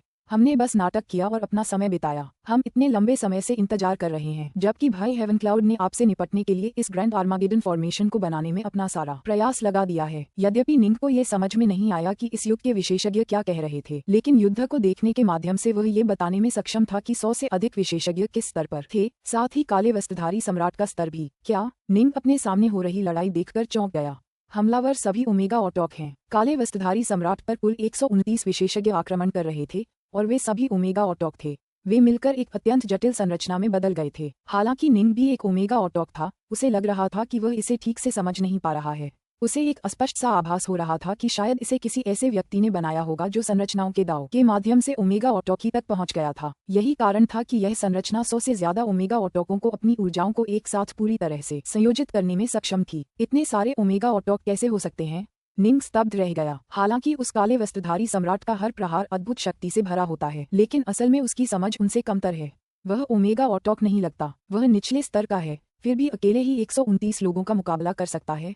फुफ! एक दूसरी आकृति अंतरिक्ष समय से गुजरती हुई निंग के बगल में प्रकट हुई। ये सींग वाला नीला वस्त्र पहने आदमी था। तुम? निंग ने उसकी ओर देखा। मुझे लगता है ये हमारी पहली मुलाकात है। सींग वाला आदमी मुस्कुराया। मैं सिथे केओस्वस का अल्फान हूँ। निंग की पलकें झपकी। उसे अचानक एहसास हुआ कि उसके केओस्वस का अभी तक कोई नाम नहीं है। आखिरकार 9 तो थे ही। उसे बार बार केओस्वस कहना उचित नहीं होगा। उसे इसके लिए क्या नाम चुनना चाहिए? निंग को अपनी मातृभूमि की याद आए, उन अनगिनत जीवों की जिन्होंने साधना के पथ पर ऊपर चढ़ने के लिए अराजकता लोक में संघर्ष किया था। कितने ही अग्रदूतों ने जंगल में पथ प्रशस्त करते हुए, कांटों और झाड़ियों को चीरते हुए रास्ता साफ करने में मदद की थी। उनके प्रयासों का फल अंततः निंग को मिला, जिससे उनकी अराजकता लोक विकास के एक नए चरण में प्रवेश कर सकी। उजाड़ अराजकता, जी निंग। निंग ने सींग वाले आदमी को देखा। उजाड़, जी निंग। सींग वाला आदमी धीरे से बुदबुदाया। तुम यहाँ क्यों आए हो? निंग के मन में इस सींग वाले आदमी के प्रति केवल द्वेष की भावना थी और इसलिए वह सीधे मुद्दे पर आ गया। सींग वाले आदमी ने अतीत में हुए महायुद्ध के दृश्य की ओर इशारा किया। इस युग में हमारे सामने का विशाल भूभाग उस युद्ध में नष्ट हो गया जिसे हम अभी देख रहे हैं। टूटने के बाद उसकी ऊर्जा और पदार्थ ने अनंत शून्य में कई खगोलीय पिंडों का निर्माण किया, जिनमें सबसे बड़ा हमारे 9 कैओस्पज हैं। निंग ने बस सुन लिया। वह काले वस्त्रधारी सम्राट महाद्वीप की इच्छा का अवतार था। उसका सार हमारे अराजकता लोगों की तुलना में कहीं अधिक शक्तिशाली था, और परिणामस्वरूप वह इतनी शक्ति के स्तर तक पहुंच गया कि उसे वास्तव में सच्ची चेतना प्राप्त हो गई, सींग वाले व्यक्ति ने कहा। भूभाग की इच्छा शक्ति स्वयं को और उसके साथ रहने वाले सभी जीवों को नियंत्रित करती थी। जब कोई साधक दांवमज में सफल हो जाता और शाश्वत सम्राट बन जाता, तो वह उस साधक की सच्ची आत्मा पर एक मुहर लगा देती, जिससे वह उस साधक के जीवन और मृत्यु पर पूर्ण नियंत्रण कर लेती। चूंकि यह एक दिव्य सत्ता से ज्यादा कुछ नहीं था जो मूल तत्वों से उत्पन्न हुई थी, इसलिए ये केवल विभिन्न शाश्वत ओमेगा दाव को ही समझती थी। यह नहीं समझती थी कि ऑटोक ओमेगा दाव क्या होता है। हालांकि इसके पीछे पूरे महाद्वीप की शक्ति थी, और इसलिए यह अजेय बनी रही। इस महाद्वीप में अधिकाधिक जीव उत्पन्न हुए। ओमेगा ऑटोक अंततः उभरने लगे, लेकिन ओमेगा ऑटोकी तक पहुंचने के बाद भी वे उस सील से खुद को मुक्त नहीं कर पाए। 1, 2, 3 और भी कई ओमेगा ऑटोक प्रकट होने लगे। अंततः एक अत्यंत शक्तिशाली ओमेगा ऑटोक उस सील को तोड़ने का एक तरीका निकालने में कामयाब रहा, और उसने गुप्त रूप से उसे अन्य ओमेगा ऑटोकों को दे दिया। निंग चुपचाप सुनता रहा। देखो, वह वहाँ है। सींग वाले आदमी ने हमलावरों में शामिल एक सफेद बालों वाले आदमी की ओर इशारा किया। उसका नाम ग्रैंड सॉवरेन क्रिम्सन विंड था, और वह उस काले वस्त्रधारी सम्राट के अधीन 9 ग्रैंड सॉवरेन में से एक था, जो सम्राट को पूरे भूभाग का प्रबंधन करने में मदद करने के लिए जिम्मेदार था। उसी ने सील की गुत्थी सुलझाई थी। बाद में हेवन क्लाउड नामक ओमेगा ऑटोक ऑफ फॉर्मेशंस ने एक बेहद भयानक फॉर्मेशन, ग्रैंड आर्मागेडन फॉर्मेशन, विकसित करने में कामयाबी हासिल की। सींग वाले आदमी ने एक और गंजे आदमी की ओर इशारा किया। वह 7वें ब्रह्मांड के लिए काले वस्त्रधारी सम्राट का प्रेरी था। 7वां ब्रह्मांड, निंग ने अचानक कहा। शायद आपने अभी तक ध्यान न दिया हो, लेकिन उस भूभाग के चारों ओर कुल 32 ब्रह्मांड चक्कर लगा रहे हैं। उनमें से प्रत्येक का आकार लगभग हमारे अपने अराजकता ब्रह्मांड के बराबर है, सींग वाले आदमी ने कहा। निंग ने कहा, तुम बहुत कुछ जानते हो। हाँ, मैंने कई बार समय को उलटकर इस युग का इतिहास देखा है। मैंने उनकी भाषा भी सीख ली है। सींग वाला आदमी हंसा। अब तक मैं इन सभी ओमेगा ऑटोक्स और उनकी पृष्ठभूमि से परिचित हो चुका हूँ। मुझे ये भी पता है कि वे कैसे सत्ता में आए और उन्होंने क्या क्या अनुभव किए। मैं आह भरने से खुद को नहीं रोक पा रहा हूँ। उस युद्ध का अंतिम परिणाम ये हुआ कि पागल सम्राट ने पूरे भूभाग को नष्ट कर दिया और सभी ओमेगा ऑटोक्स को अपने साथ मार डाला। निंग ने भी इसे देखा। वह अंतिम महाविस्फोट उस भयानक मानसिक प्राणी और सभी 129 ओमेगा ऑटोक्स की जान ले चुका था। दरअसल उस भूभाग पर रहने वाले सभी जीव जंतु मर चुके थे, और उसकी परिक्रमा कर रहे 32 ब्रह्मांड भी नष्ट हो गए थे। यह एक अत्यंत विशाल विस्फोट था। उस विस्फोट के कारण संपूर्ण अनंत शून्य का सारा जीवन नष्ट हो गया था। जैसे जैसे निंग सींग वाले आदमी की बात सुनता रहा, वह समय के उलटफेर को देखता रहा और इस भूमि के इतिहास को देखता रहा। यह विशाल भूभाग बहुत लंबे समय से मौजूद था। जैसे जैसे निंग पीछे की ओर देखता रहा, वह धीरे धीरे इसकी भाषा सीखने और समझने लगा, और वह मृत ओमेगा ऑटोक्स से भी परिचित होने लगा। उदाहरण के लिए 19वें ब्रह्मांड के लिए काले वस्त्रधारी सम्राट के प्रेरी का नाम ऑटोक क्लाउड सोअर था। वह ओमेगा स्वॉर्ड दाव का भी ऑटोक था। तीसरे ब्रह्मांड के लिए काले वस्त्रधारी सम्राट का प्रेरी ऑटोक यिन यांग एक अतुलनीय रूप से मांसल बूढ़ा बैल था, जिसका शरीर पूरी तरह से काला था। विभिन्न विशेषज्ञों की अपनी अपनी विशेषज्ञता के क्षेत्र थे। शुक्र है मेरे वतन में सारतत्व की इच्छा सहज प्रवृत्ति पर काम करती है, न कि आत्मबोध प्राप्त करके एक सच्चा जीव बनने पर। निंग जितना ज्यादा देखता, उतना ही ज्यादा डरता जाता। उस महाद्वीप के सभी जीव काले वस्त्रधारी सम्राट के गुलाम थे, जो अंतिम युद्ध के दिन तक खुद को आजाद नहीं कर पाए थे। समय पीछे की ओर बहता रहा। उन शुरुआती दिनों में जब जीवन का उदय भी नहीं हुआ था, वहाँ समय का उल्टा होना रुक गया। अब और पीछे जाना असंभव था। तुम अंत तक पहुँच गए हो। समय अब पीछे नहीं जा सकता, सींग वाले आदमी ने कहा। निंग ने सिर हिलाया। उसके सामने की सारी छवियां गायब हो गईं, और उसके सामने का स्थान सामान्य हो गया। अरे! निंग ने सामने देखा, और देखा कि जहां वह विशाल भूभाग था, वहां एक ब्रह्मांड प्रकट हो गया था। ब्रह्मांड धीरे धीरे आसपास के क्षेत्र से ऊर्जा और पदार्थ को सोख रहा था। स्पष्ट रूप से यह अभी भी विकास के चरण में था और अभी तक पूरी तरह से विकसित नहीं हुआ था। स्विश! सुनहरे वस्त्र पहने निंग ने एक कदम आगे बढ़ाया और उस ब्रह्मांड के सामने प्रकट हुआ। जी निंग! सींग वाले आदमी का दिल धड़क उठा और वह तुरंत पीछे से उसके पीछे आ गया। निंग की दिव्य इंद्रिय तुरंत धीरे धीरे बनते ब्रह्मांड में प्रवेश कर गई। अंदर उसने कच्ची अराजकता के अलावा कुछ नहीं देखा। उसमें जरा भी जीवन नहीं था। कितना अजीब है, पुराना युग बहुत पहले ही समाप्त हो गया, जबकि बाकी अराजकता ब्रह्मांड बन चुके हैं, लेकिन यह अभी तक नहीं बना है। सींग वाले आदमी ने कहा, अनंत शून्य के भीतर सब कुछ संभव है। ये काफी धीमी गति से विकसित हो रहा है, निंग ने मुस्कुराते हुए कहा। जब मैंने समय को उल्टा किया तो जो मैंने देखा, उससे लगता है कि उस महाविस्फोट के बाद से ही इस जगह पर पदार्थ जमा होना शुरू हो गया होगा। हालांकि इतना समय बीत जाने के बावजूद यह अभी भी हमारी अराजकता की दुनिया के आसपास भी नहीं पहुंच सकता। मेरे देश में आमतौर पर कहा जाए तो कोई चीज जितनी धीमी गति से बढ़ती है, अंततः परिपक्व होने पर उतनी ही भयावह हो जाती है। सींग वाले आदमी का दिल कांप उठा, लेकिन उसका चेहरा शांत रहा। ओह, मैं तुमसे झूठ नहीं बोल रहा, निंग मुस्कुराया। बिल्कुल, नेज़ा की किंवदंतियों के अनुसार वह जन्म से पहले 3 साल और 6 महीने अपनी मां के गर्भ में रहा था। निंग की अपनी बेटी ब्राइट मून जन्म से पहले 5 साल और 2 महीने गर्भ में रही थी। मुझे लग रहा है कि यह ब्रह्मांड बहुत धीरे धीरे आकार ले रहा है और यह ठीक उसी जगह स्थित है जहां मूल भूभाग था। निंग हंसा।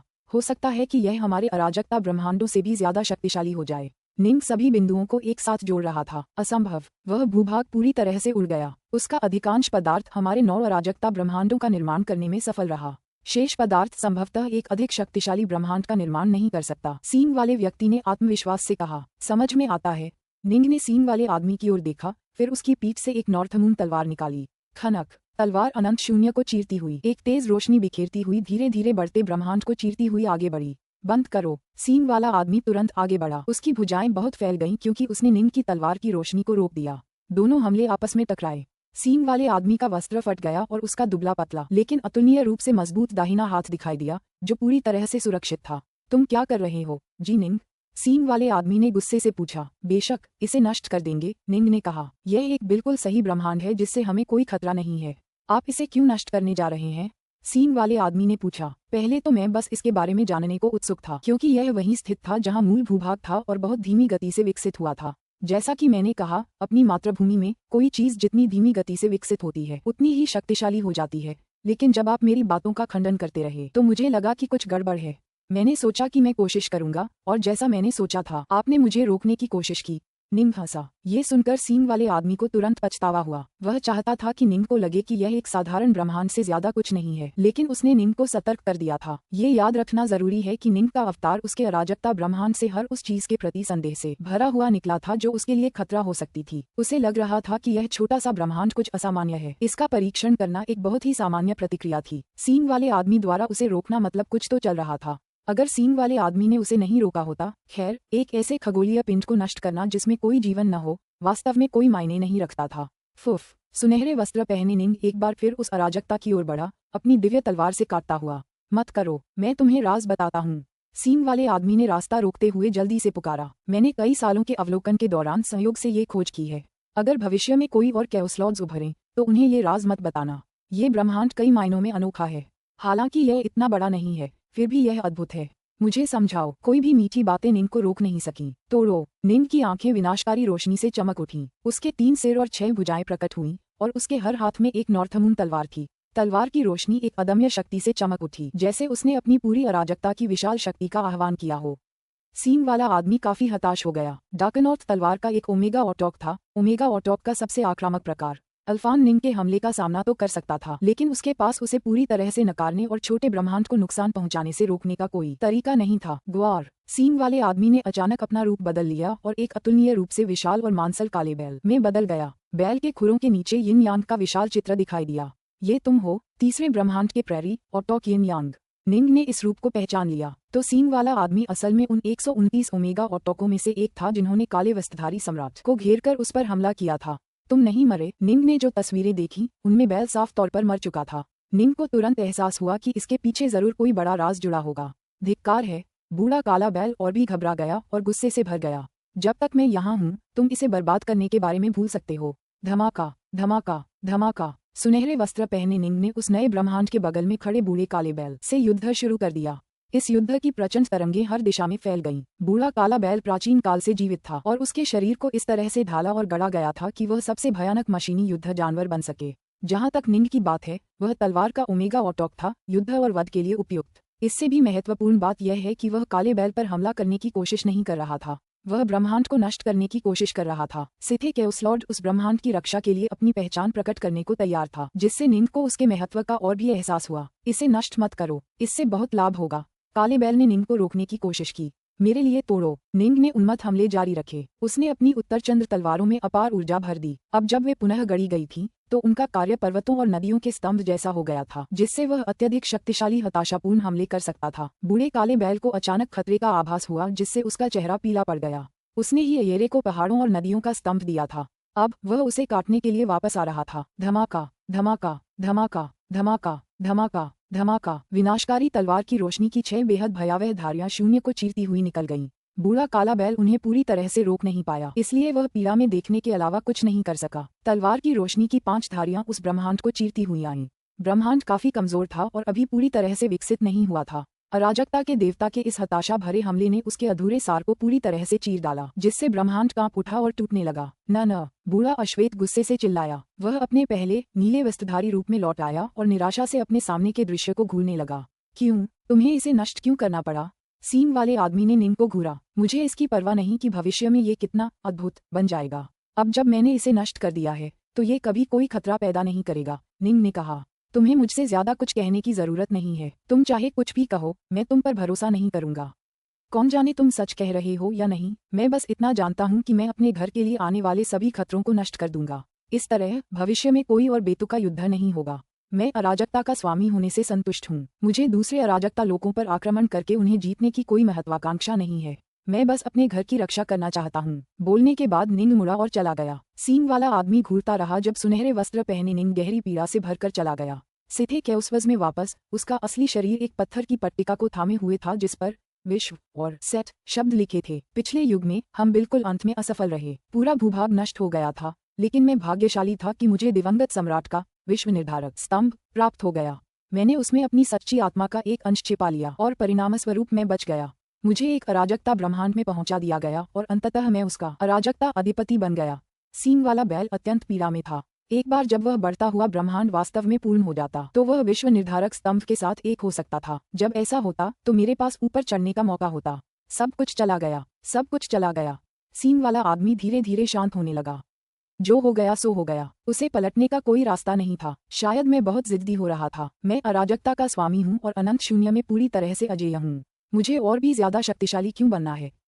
सींग वाले आदमी को धीरे धीरे अपनी समझ आ गई। पिछले युग में वह इतने लंबे समय तक गुलाम रहा था कि उसके अंदर और भी ज्यादा शक्तिशाली बनने, शीर्ष पर पहुंचने और दूसरों पर शासन करने की लगभग पागलपन भरी इच्छा थी ताकि कोई भी उस पर फिर कभी शासन न कर सके। लेकिन यह एक नया युग था, एक ऐसा युग जो पिछले युग से अलग था। जब निंग ने उस नवोदित ब्रह्मांड को नष्ट कर दिया तो इसका मतलब था कि उस पुराने भूभाग का पुनर्जन्म कभी नहीं होगा। उसने अपना मौका खो दिया था, लेकिन परिणामस्वरूप अब वह सचमुच आजाद था। मैं अब आजाद हूँ। लड़ने के लिए कुछ बचा नहीं है। सींग वाला आदमी अपने कैउसवस की ओर वापस उड़ने लगा। कोई महत्वाकांक्षा नहीं, बस अपने घर की रक्षा की इच्छा। वीरान जी निंग, हम उसके जैसा कैउसलॉर्ड अच्छा साथी होता है। निंग के सुनहरे वस्त्रधारी अवतार ने अनंत शून्य में एक संपत्ति स्थापित की। वह स्थायी रूप से यहीं निवास करेगा, कभी कभी बाहर निकलकर इधर उधर घूमता रहेगा। वह इस बात की गारंटी नहीं दे सकता था कि कोई खतरा नहीं आएगा, लेकिन वह अपने घर की रक्षा के लिए हर संभव प्रयास करेगा। उजाड़ अराजकता के भीतर सफेद वस्त्र पहने निंग खाली स्थान में खड़ा था। उसके दोनों ओर ओटोक बोलिन और ओटोक एकोंग खड़े थे। वापस आओ भाई टाइटेनोस, निंग मुस्कुराया। तुरंत प्रकाश के अनगिनत कण दिखाई देने लगे। निंग अपने कैउसवस में लगभग सर्वशक्तिमान था। वह ओटोक टाइटेनोस की सच्ची आत्मा के भीतर सब कुछ देख पाया था और इस तरह वह उसे शून्य से निकालकर वापस बुला पाया। धीरे धीरे एक बूढ़ा आदमी दिखाई देने लगा जिसके सिर पर 2 मांसल एंटीना थे। मुझे क्या हो गया? ओटोक टाइटेनोस ने निंग, एकोंग और बोलिन को हैरानी से देखा। डार्क नॉर्थ, तुम, क्या मैं मर नहीं गया? क्या मेरी सच्ची आत्मा निगल नहीं गई? शांत हो जाओ, बोलिन हंसा। थोड़ी देर प्रतीक्षा करो, एकोंग ने कहा। निंग भी मुस्कुराया। मुझे बस कुछ पल दो भाई टाइटेनोस। जैसे ही उसने कहा, अनगिनत प्रकाश की किरणें फिर से उसके पास इकट्ठा होने लगीं। इस बार वे ओटोक मोग में बदल गईं। इसके बाद ओटोक स्टोनरूल और ओटोक स्काईफीडर आए। उसके बाद परिष्कृत शांत ओटोक अवेकना आए और आखिर में प्राचीन दिखने वाले ओटोक एंथ्रोपोस आए। सभी 8 ओटोक एक साथ इकट्ठे हो गए थे। उजाड़ अराजकता के भीतर उभरे 8 ओटोक आखिरकार फिर से एक हो गए थे। ये डार्क नॉर्थ है, ओटोक बोलिन ने चेहरे पर मुस्कान लिए परिचय कराया। उन्होंने ओमेगा स्वॉर्ड दाव का प्रशिक्षण लिया था और इसका इस्तेमाल ओमेगा ओटोकी तक पहुंचने के लिए किया था, जिससे हमारी पूरी कैउसवस खुद से जुड़ गई। नतीजतन वह आप सभी को वापस लाने में कामयाब रहे। भाई डार्क नॉर्थ, ओटोक एंथ्रोपोस ने आंखें फाड़कर निंग को घूरा। ओटोक अवेकना को कुछ जिज्ञासा हुई, क्योंकि उसे अपने और निंग के बीच एक गहरा रिश्ता महसूस हुआ। निंग ने हंसते हुए कहा, वास्तव में ये कहा जा सकता है कि ओटोक अवेकना ने मुझे मेरे मार्ग पर मार्गदर्शन करने में मदद की। वे आपस में बातें करने लगे। सभी भाग्य के इस उतार चढ़ाव से हैरान थे। वे मर चुके थे, फिर भी अब वापस आ गए थे। ओटोक अवेकना ने निंग को जो मार्गदर्शन दिया था वह बेहद महत्वपूर्ण था। उनके मार्गदर्शन के बिना निंग शायद अनंत ओमेगा स्वॉर्ड दाव को समझ ही नहीं पाता। और अब अराजकता का स्वामी बनने के बाद निंग ओटोक अवेकना को पुनर्जीवित करने में सक्षम हो गया। ये सब बहुत दिलचस्प था। सज्जनों, हमारे बहुत से हेजमन और सम्राट हमारे द्वारा लड़े गए 2 युद्धों में मारे गए हैं।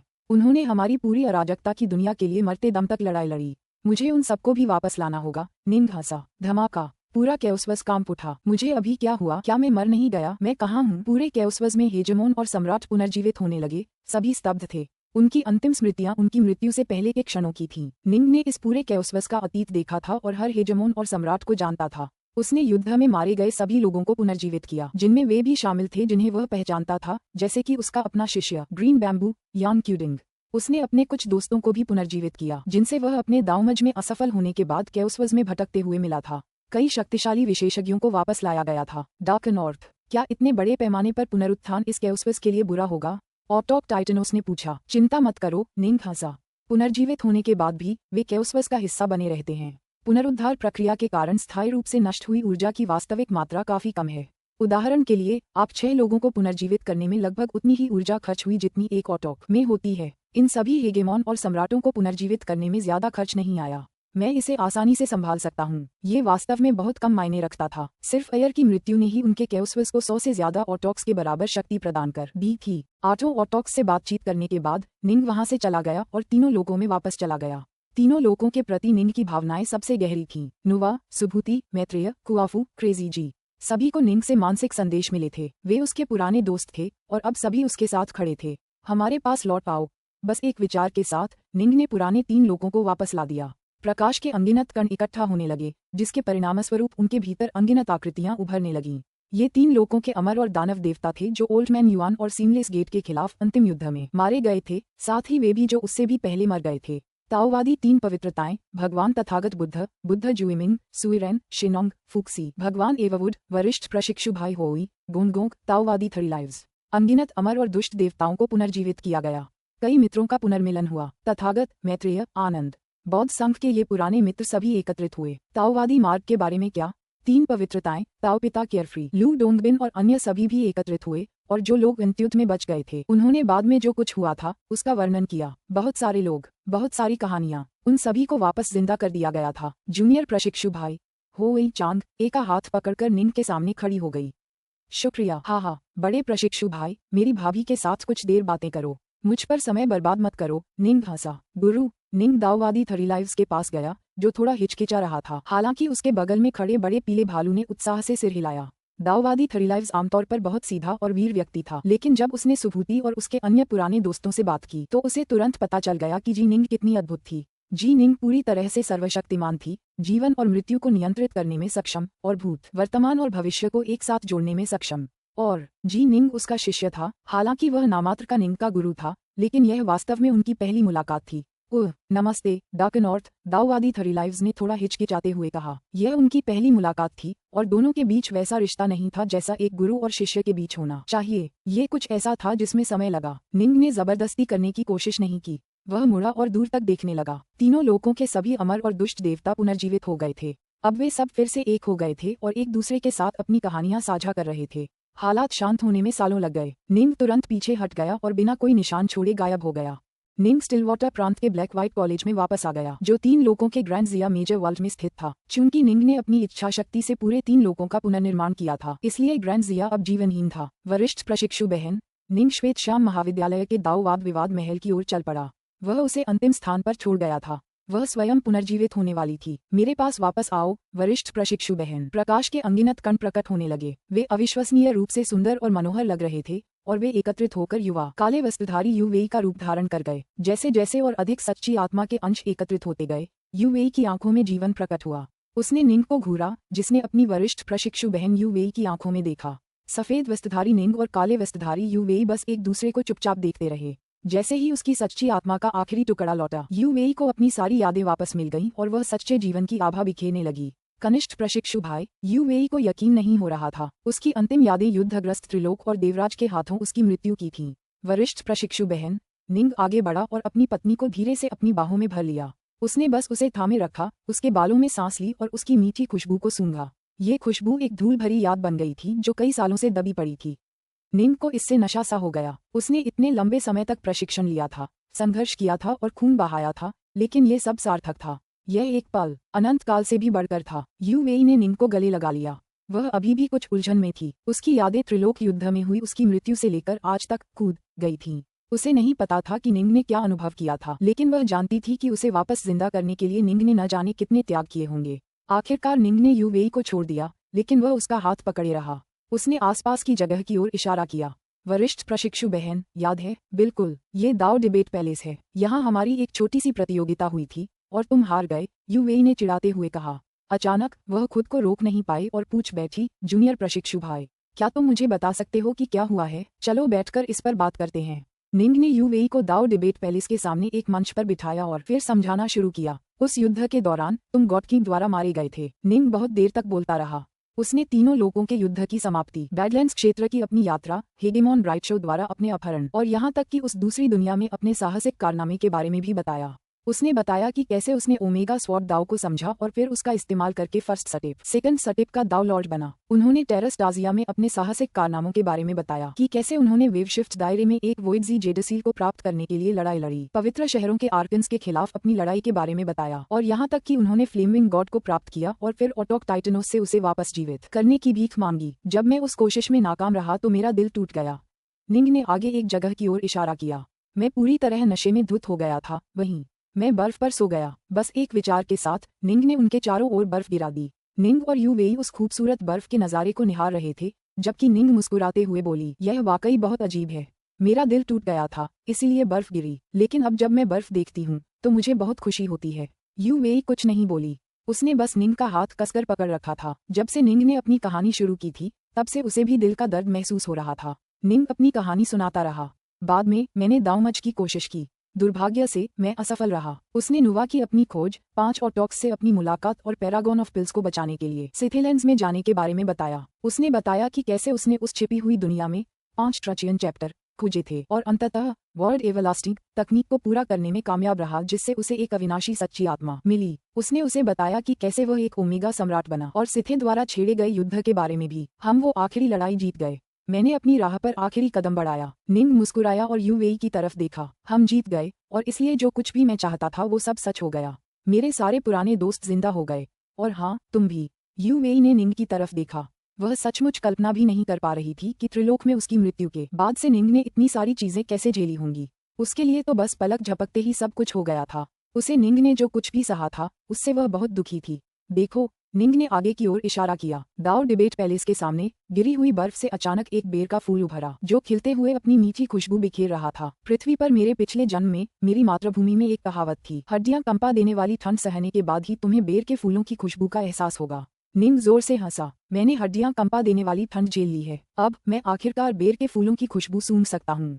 बोलते हुए उसने यू वेई के चेहरे पर अपनी नाक लगाई और उसे सूंघा, फिर बिल्कुल बेशर्मी से बोला, हम बेर का फूल, इसकी खुशबू कितनी अच्छी है। दाओ डिबेट पैलेस के सामने बेर के फूल बर्फ से लगातार उभर रहे थे।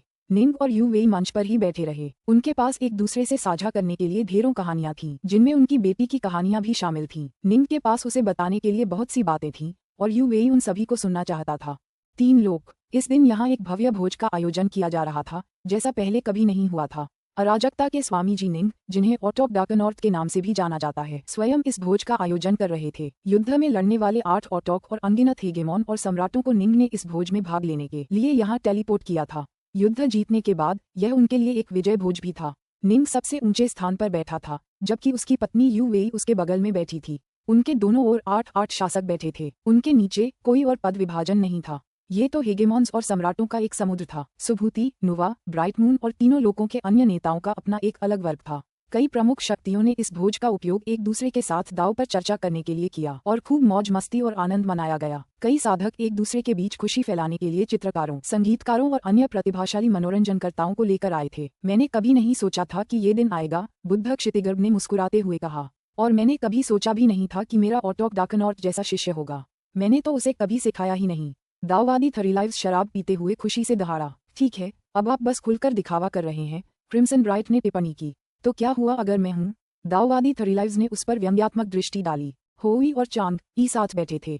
होई अब पहले वाला शांत, उदास लकड़हारा नहीं लग रहा था।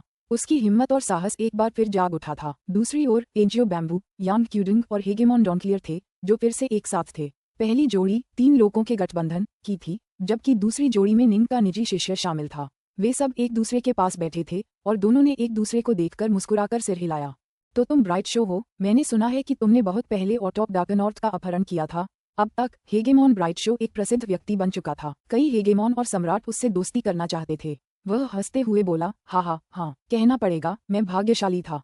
किसने सोचा था कि जब मैंने उन साधकों के समूह को निगल लिया तो मैं उस आदमी का अपहरण कर लूंगा जो आगे चलकर ऑटोक डार्कनॉर्थ बनेगा। हाँ, ये भाग्य था, भाग्य। मैं तुम लोगों को बता रहा हूँ, मैं और डार्कनॉर्थ भाई जैसे हैं। उसे पहली बार देखते ही मुझे पता चल गया था कि वह कुछ खास है। नाइनडस्ट दूसरे हेगेमन्स और सम्राटों के सामने शेखी बघारने में व्यस्त था। गोलियों की प्रतिमूर्ति और उसका बड़ा भाई एक साथ थे, खुशी से मुस्कुराते हुए दावत में हिस्सा ले रहे थे। जब उनकी नजरें निंग से मिली तो दोनों पक्षों ने अपने अपने प्याले ऊपर उठाकर टोस्ट किया। ये सचमुच एक भव्य उत्सव था जिसमें खाने पीने की चीजों का सागर उमड़ पड़ा। अमर और दानव देवता सभी इस अभूतपूर्व सभा में आनंद मना रहे थे, जबकि प्रमुख शक्तियों ने अपने अपने प्रदर्शन करके सबको खुश करने की पूरी कोशिश की। निंग और यू वेई ऊपर बैठे थे और अपने नीचे खड़े कई साधकों को घूर रहे थे। निंग ने अपने पिताजी यिचुआन, अपनी माँ युची स्नो, अपनी बेटी जी ब्राइट मून और उसकी दाव साथी स्टोनपूल को देखा। उसने uncle white, autumn leaf, little king और अपने शुरुआती दिनों के कई अन्य दोस्तों को देखा। उसने तीनों लोकों के सभी अमर और दुष्ट देवताओं को और उन अनगिनत प्रमुख शक्तियों को देखा जिनसे उसे अपने मार्ग में सामना हुआ था। अल्फान से थे। निंग ने चुपचाप अपना सिर हिलाया। लड़ने का क्या मतलब है? जिनकी हम परवाह करते हैं उनकी रक्षा करने के लिए मजबूत होना ही काफी है। निंग मुड़ा, उसकी नजरें यू वेई से टकराईं। मैं तुम्हें चूमना चाहता हूँ, निंग ने कहा। यहाँ बहुत ज्यादा लोग हैं। यू वेई चौंक गया। बिल्कुल नहीं, बिल्कुल नहीं। दावत खत्म होने का इंतजार करो, डरो मत। तुम्हारा पति अराजकता का स्वामी है। जब तक मैं चाहूंगा उन्हें कुछ भी नहीं दिखेगा। निंग ने अपना सिर नीचे किया और खुद को यू वेई के होठों में गड़ा दिया। उजाड़ युग, उपसंहार, लेखक का उपसंहार। वाह, ये खत्म हो गया। 16 दिसंबर 2012 से लेकर आज 10 अप्रैल 2015 तक लगभग 2.5 साल बीत चुके हैं।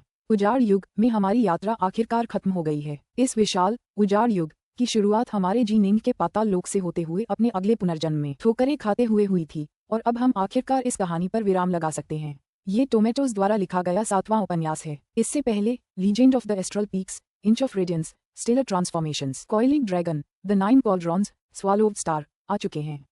ये 7वां उपन्यास है। डेसोलेट एरा पर आधारित गेम्स और एनीमे बनाए गए हैं और एनीमे का पहला एपिसोड पहले ही रिलीज हो चुका है। शुरुआत में लोगों की कम जानकारी के कारण ये थोड़ा धीमा था, लेकिन तीसरे एपिसोड से इसकी गति तेजी से बढ़नी चाहिए। ये लगभग हफ्ते में एक एपिसोड के बराबर हो जाएगा और इसका प्रसारण जारी रहेगा।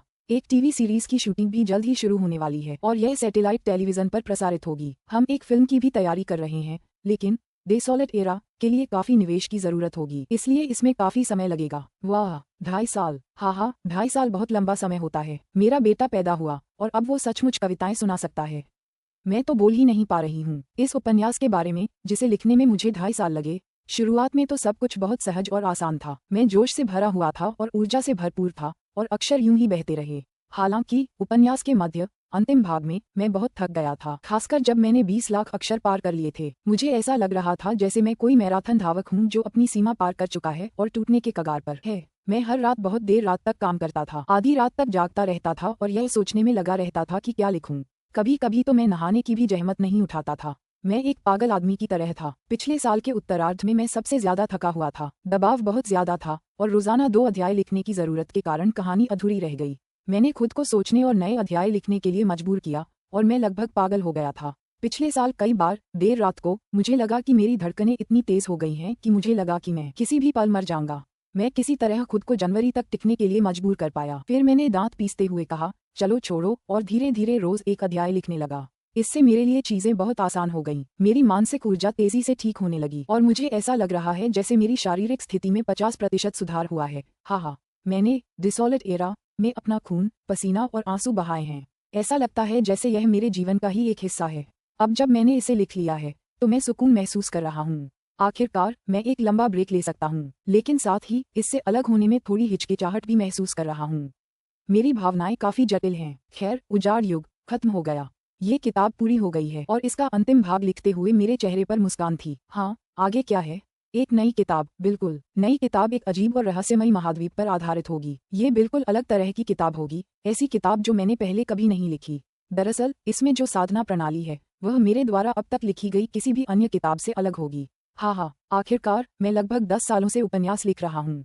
मुझे अपनी सफलता ढूंढनी है। मैं बस इतना कहना चाहता हूँ कि मैं इस नए उपन्यास को लिखने के लिए अपनी सारी भावनाओं का इस्तेमाल करूंगा, अपना सारा जोश इसमें उड़ेल दूंगा। लेकिन हाँ, अब जब मैंने डेसोलेट एरा खत्म कर लिया है तो मैं कुछ समय के लिए पूरी तरह से आराम करूंगा और अपने दिमाग को खाली करूंगा। फिर एक नई किताब की तैयारी करूंगा। मैं खुद को 2 महीने आराम दूंगा, फिर आधिकारिक तौर पर 15 जून को अगली किताब शुरू करूंगा। मेरी अगली किताब की खबरों और कुछ बेहद गोपनीय अपडेट्स के लिए आप सभी मेरे पब्लिक वीचैट अकाउंट पर नजर रख सकते हैं।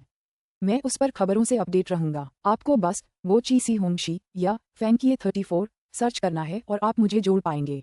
ठीक है, अब सब ठीक है। उजाड़ युग की दुनिया खत्म हो गई है। अगली बार जब हम मिलेंगे तो मेरी नई किताब की दुनिया में 15 जून को मिलते हैं। टमाटर 10 जून की शाम यंगजहौ शहर RWX का उपसंहार। वाह वाह ओह वाह, ये तीसरा IET उपन्यास है जिस पर मैंने काम किया है। कॉइलिंग ड्रैगन और डेसोलेट एरा का मैंने स्वयं अनुवाद किया है। मैं लेखक IET की इस बात से सहमत हूँ कि 2.5 साल बहुत लंबा समय होता है। मैंने द के अनुवाद में उतना ही समय लगाया जितना उन्होंने इसे लिखने में लगाया, और वास्तव में मैं 2014 से 2018 तक उनके उपन्यासों का अनुवाद करता रहा हूँ। ये तो और भी लंबा समय है। मैं इस अनुवाद का समर्थन करने वाले हर पाठक, टिप्पणीकार, दानदाता, प्रायोजक और मित्र का धन्यवाद करना चाहता हूँ। IET की तरह ये भी एक बहुत लंबी और थकाऊ प्रक्रिया रही है और मैं इसके खत्म होने की खुशी से तो भरा हूँ, लेकिन साथ ही पुरानी यादें और इससे अलग होने की थोड़ी सी अनिच्छा भी महसूस कर रहा हूँ।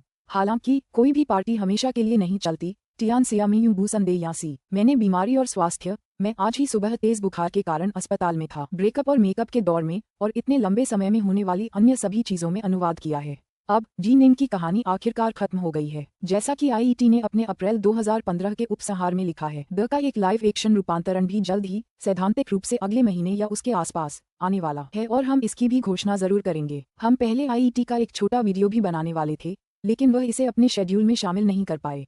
हम इसे बाद में एक अलग घोषणा के रूप में पोस्ट करेंगे। इतने सालों में ढेरों यादें जुड़ी हैं और मैंने आप में से इतने लोगों से बात और संवाद किया है कि मैं आपको सचमुच अपना दोस्त और परिवार मानता हूँ। मेरी सबसे गहरी याद पैट्रियन पर एक डाउनलोड की है जिसने अपनी प्रतिज्ञा हटा दी, या यूं कहें कि उसके भाई ने। जब उसके भाई ने प्रतिज्ञा हटाई तो उसने एक नोट जोड़ा, अनुवाद के लिए शुक्रिया, लेकिन मेरे बड़े भाई का हाल ही में निधन हो गया है और मैं उसकी प्रतिज्ञाएं काट रहा हूँ। समझने के लिए शुक्रिया, वह अपनी दांवमज में असफल रहा।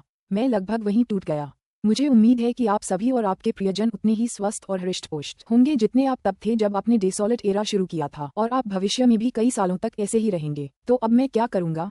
खैर, किसी एक विशिष्ट लेखक का अनुवाद करने में 5 साल लग जाते हैं, चाहे वह लेखक मुझे IET जितना ही प्रिय क्यों न लगे। नए लोगों के लिए कॉइलिंग ड्रैगन के मेरे अनुवाद ने ही बुक्सवर्ल्ड के शुभारंभ का सूत्रपात किया। साइट को बनाए रखने और लाइसेंस, कॉपीराइट आदि जैसे कंपनी के मामलों को संभालने के अलावा मैं 2 खास काम करूंगा। कल मैं जियोलाइक के साथ मिलकर गॉड्स फॉल क्रॉनिकल्स के पुनः लॉन्च की घोषणा करूंगा। हमारे पास 10 अध्याय तैयार हैं और जब मेरे पास पर्याप्त मात्रा में संग्रह हो जाएगा तो मैं बुक्सवर्ल्ड पर ड्रैगन टैलिस्मैन लॉन्च करूंगा। मैंने पहले कहा था कि मैं गॉड्स फॉल क्रॉनिकल्स को सबसे उपन्यास गुणवत्ता वाली रीड नॉवल फोल्स में से एक मानता हूं, और मैं इस विश्वास पर कायम हूं। जहां तक ड्रैगन टैलिस्मैन की बात है, इसमें एक बहुत ही ताज़ा और दयालु मुख्य पात्र है और एक ऐसी दुनिया है जो चीनी लोककथाओं और इतिहास में गहराई से डूबी हुई है, जिसे मैं यथासंभव सुलभ बनाने का प्रयास करूंगा। ये 2 शानदार उपन्यास हैं और मुझे आशा है कि मुझे आपसे वही समर्थन और प्यार मिलेगा जो मुझे अतीत में मिला है। Laughing face.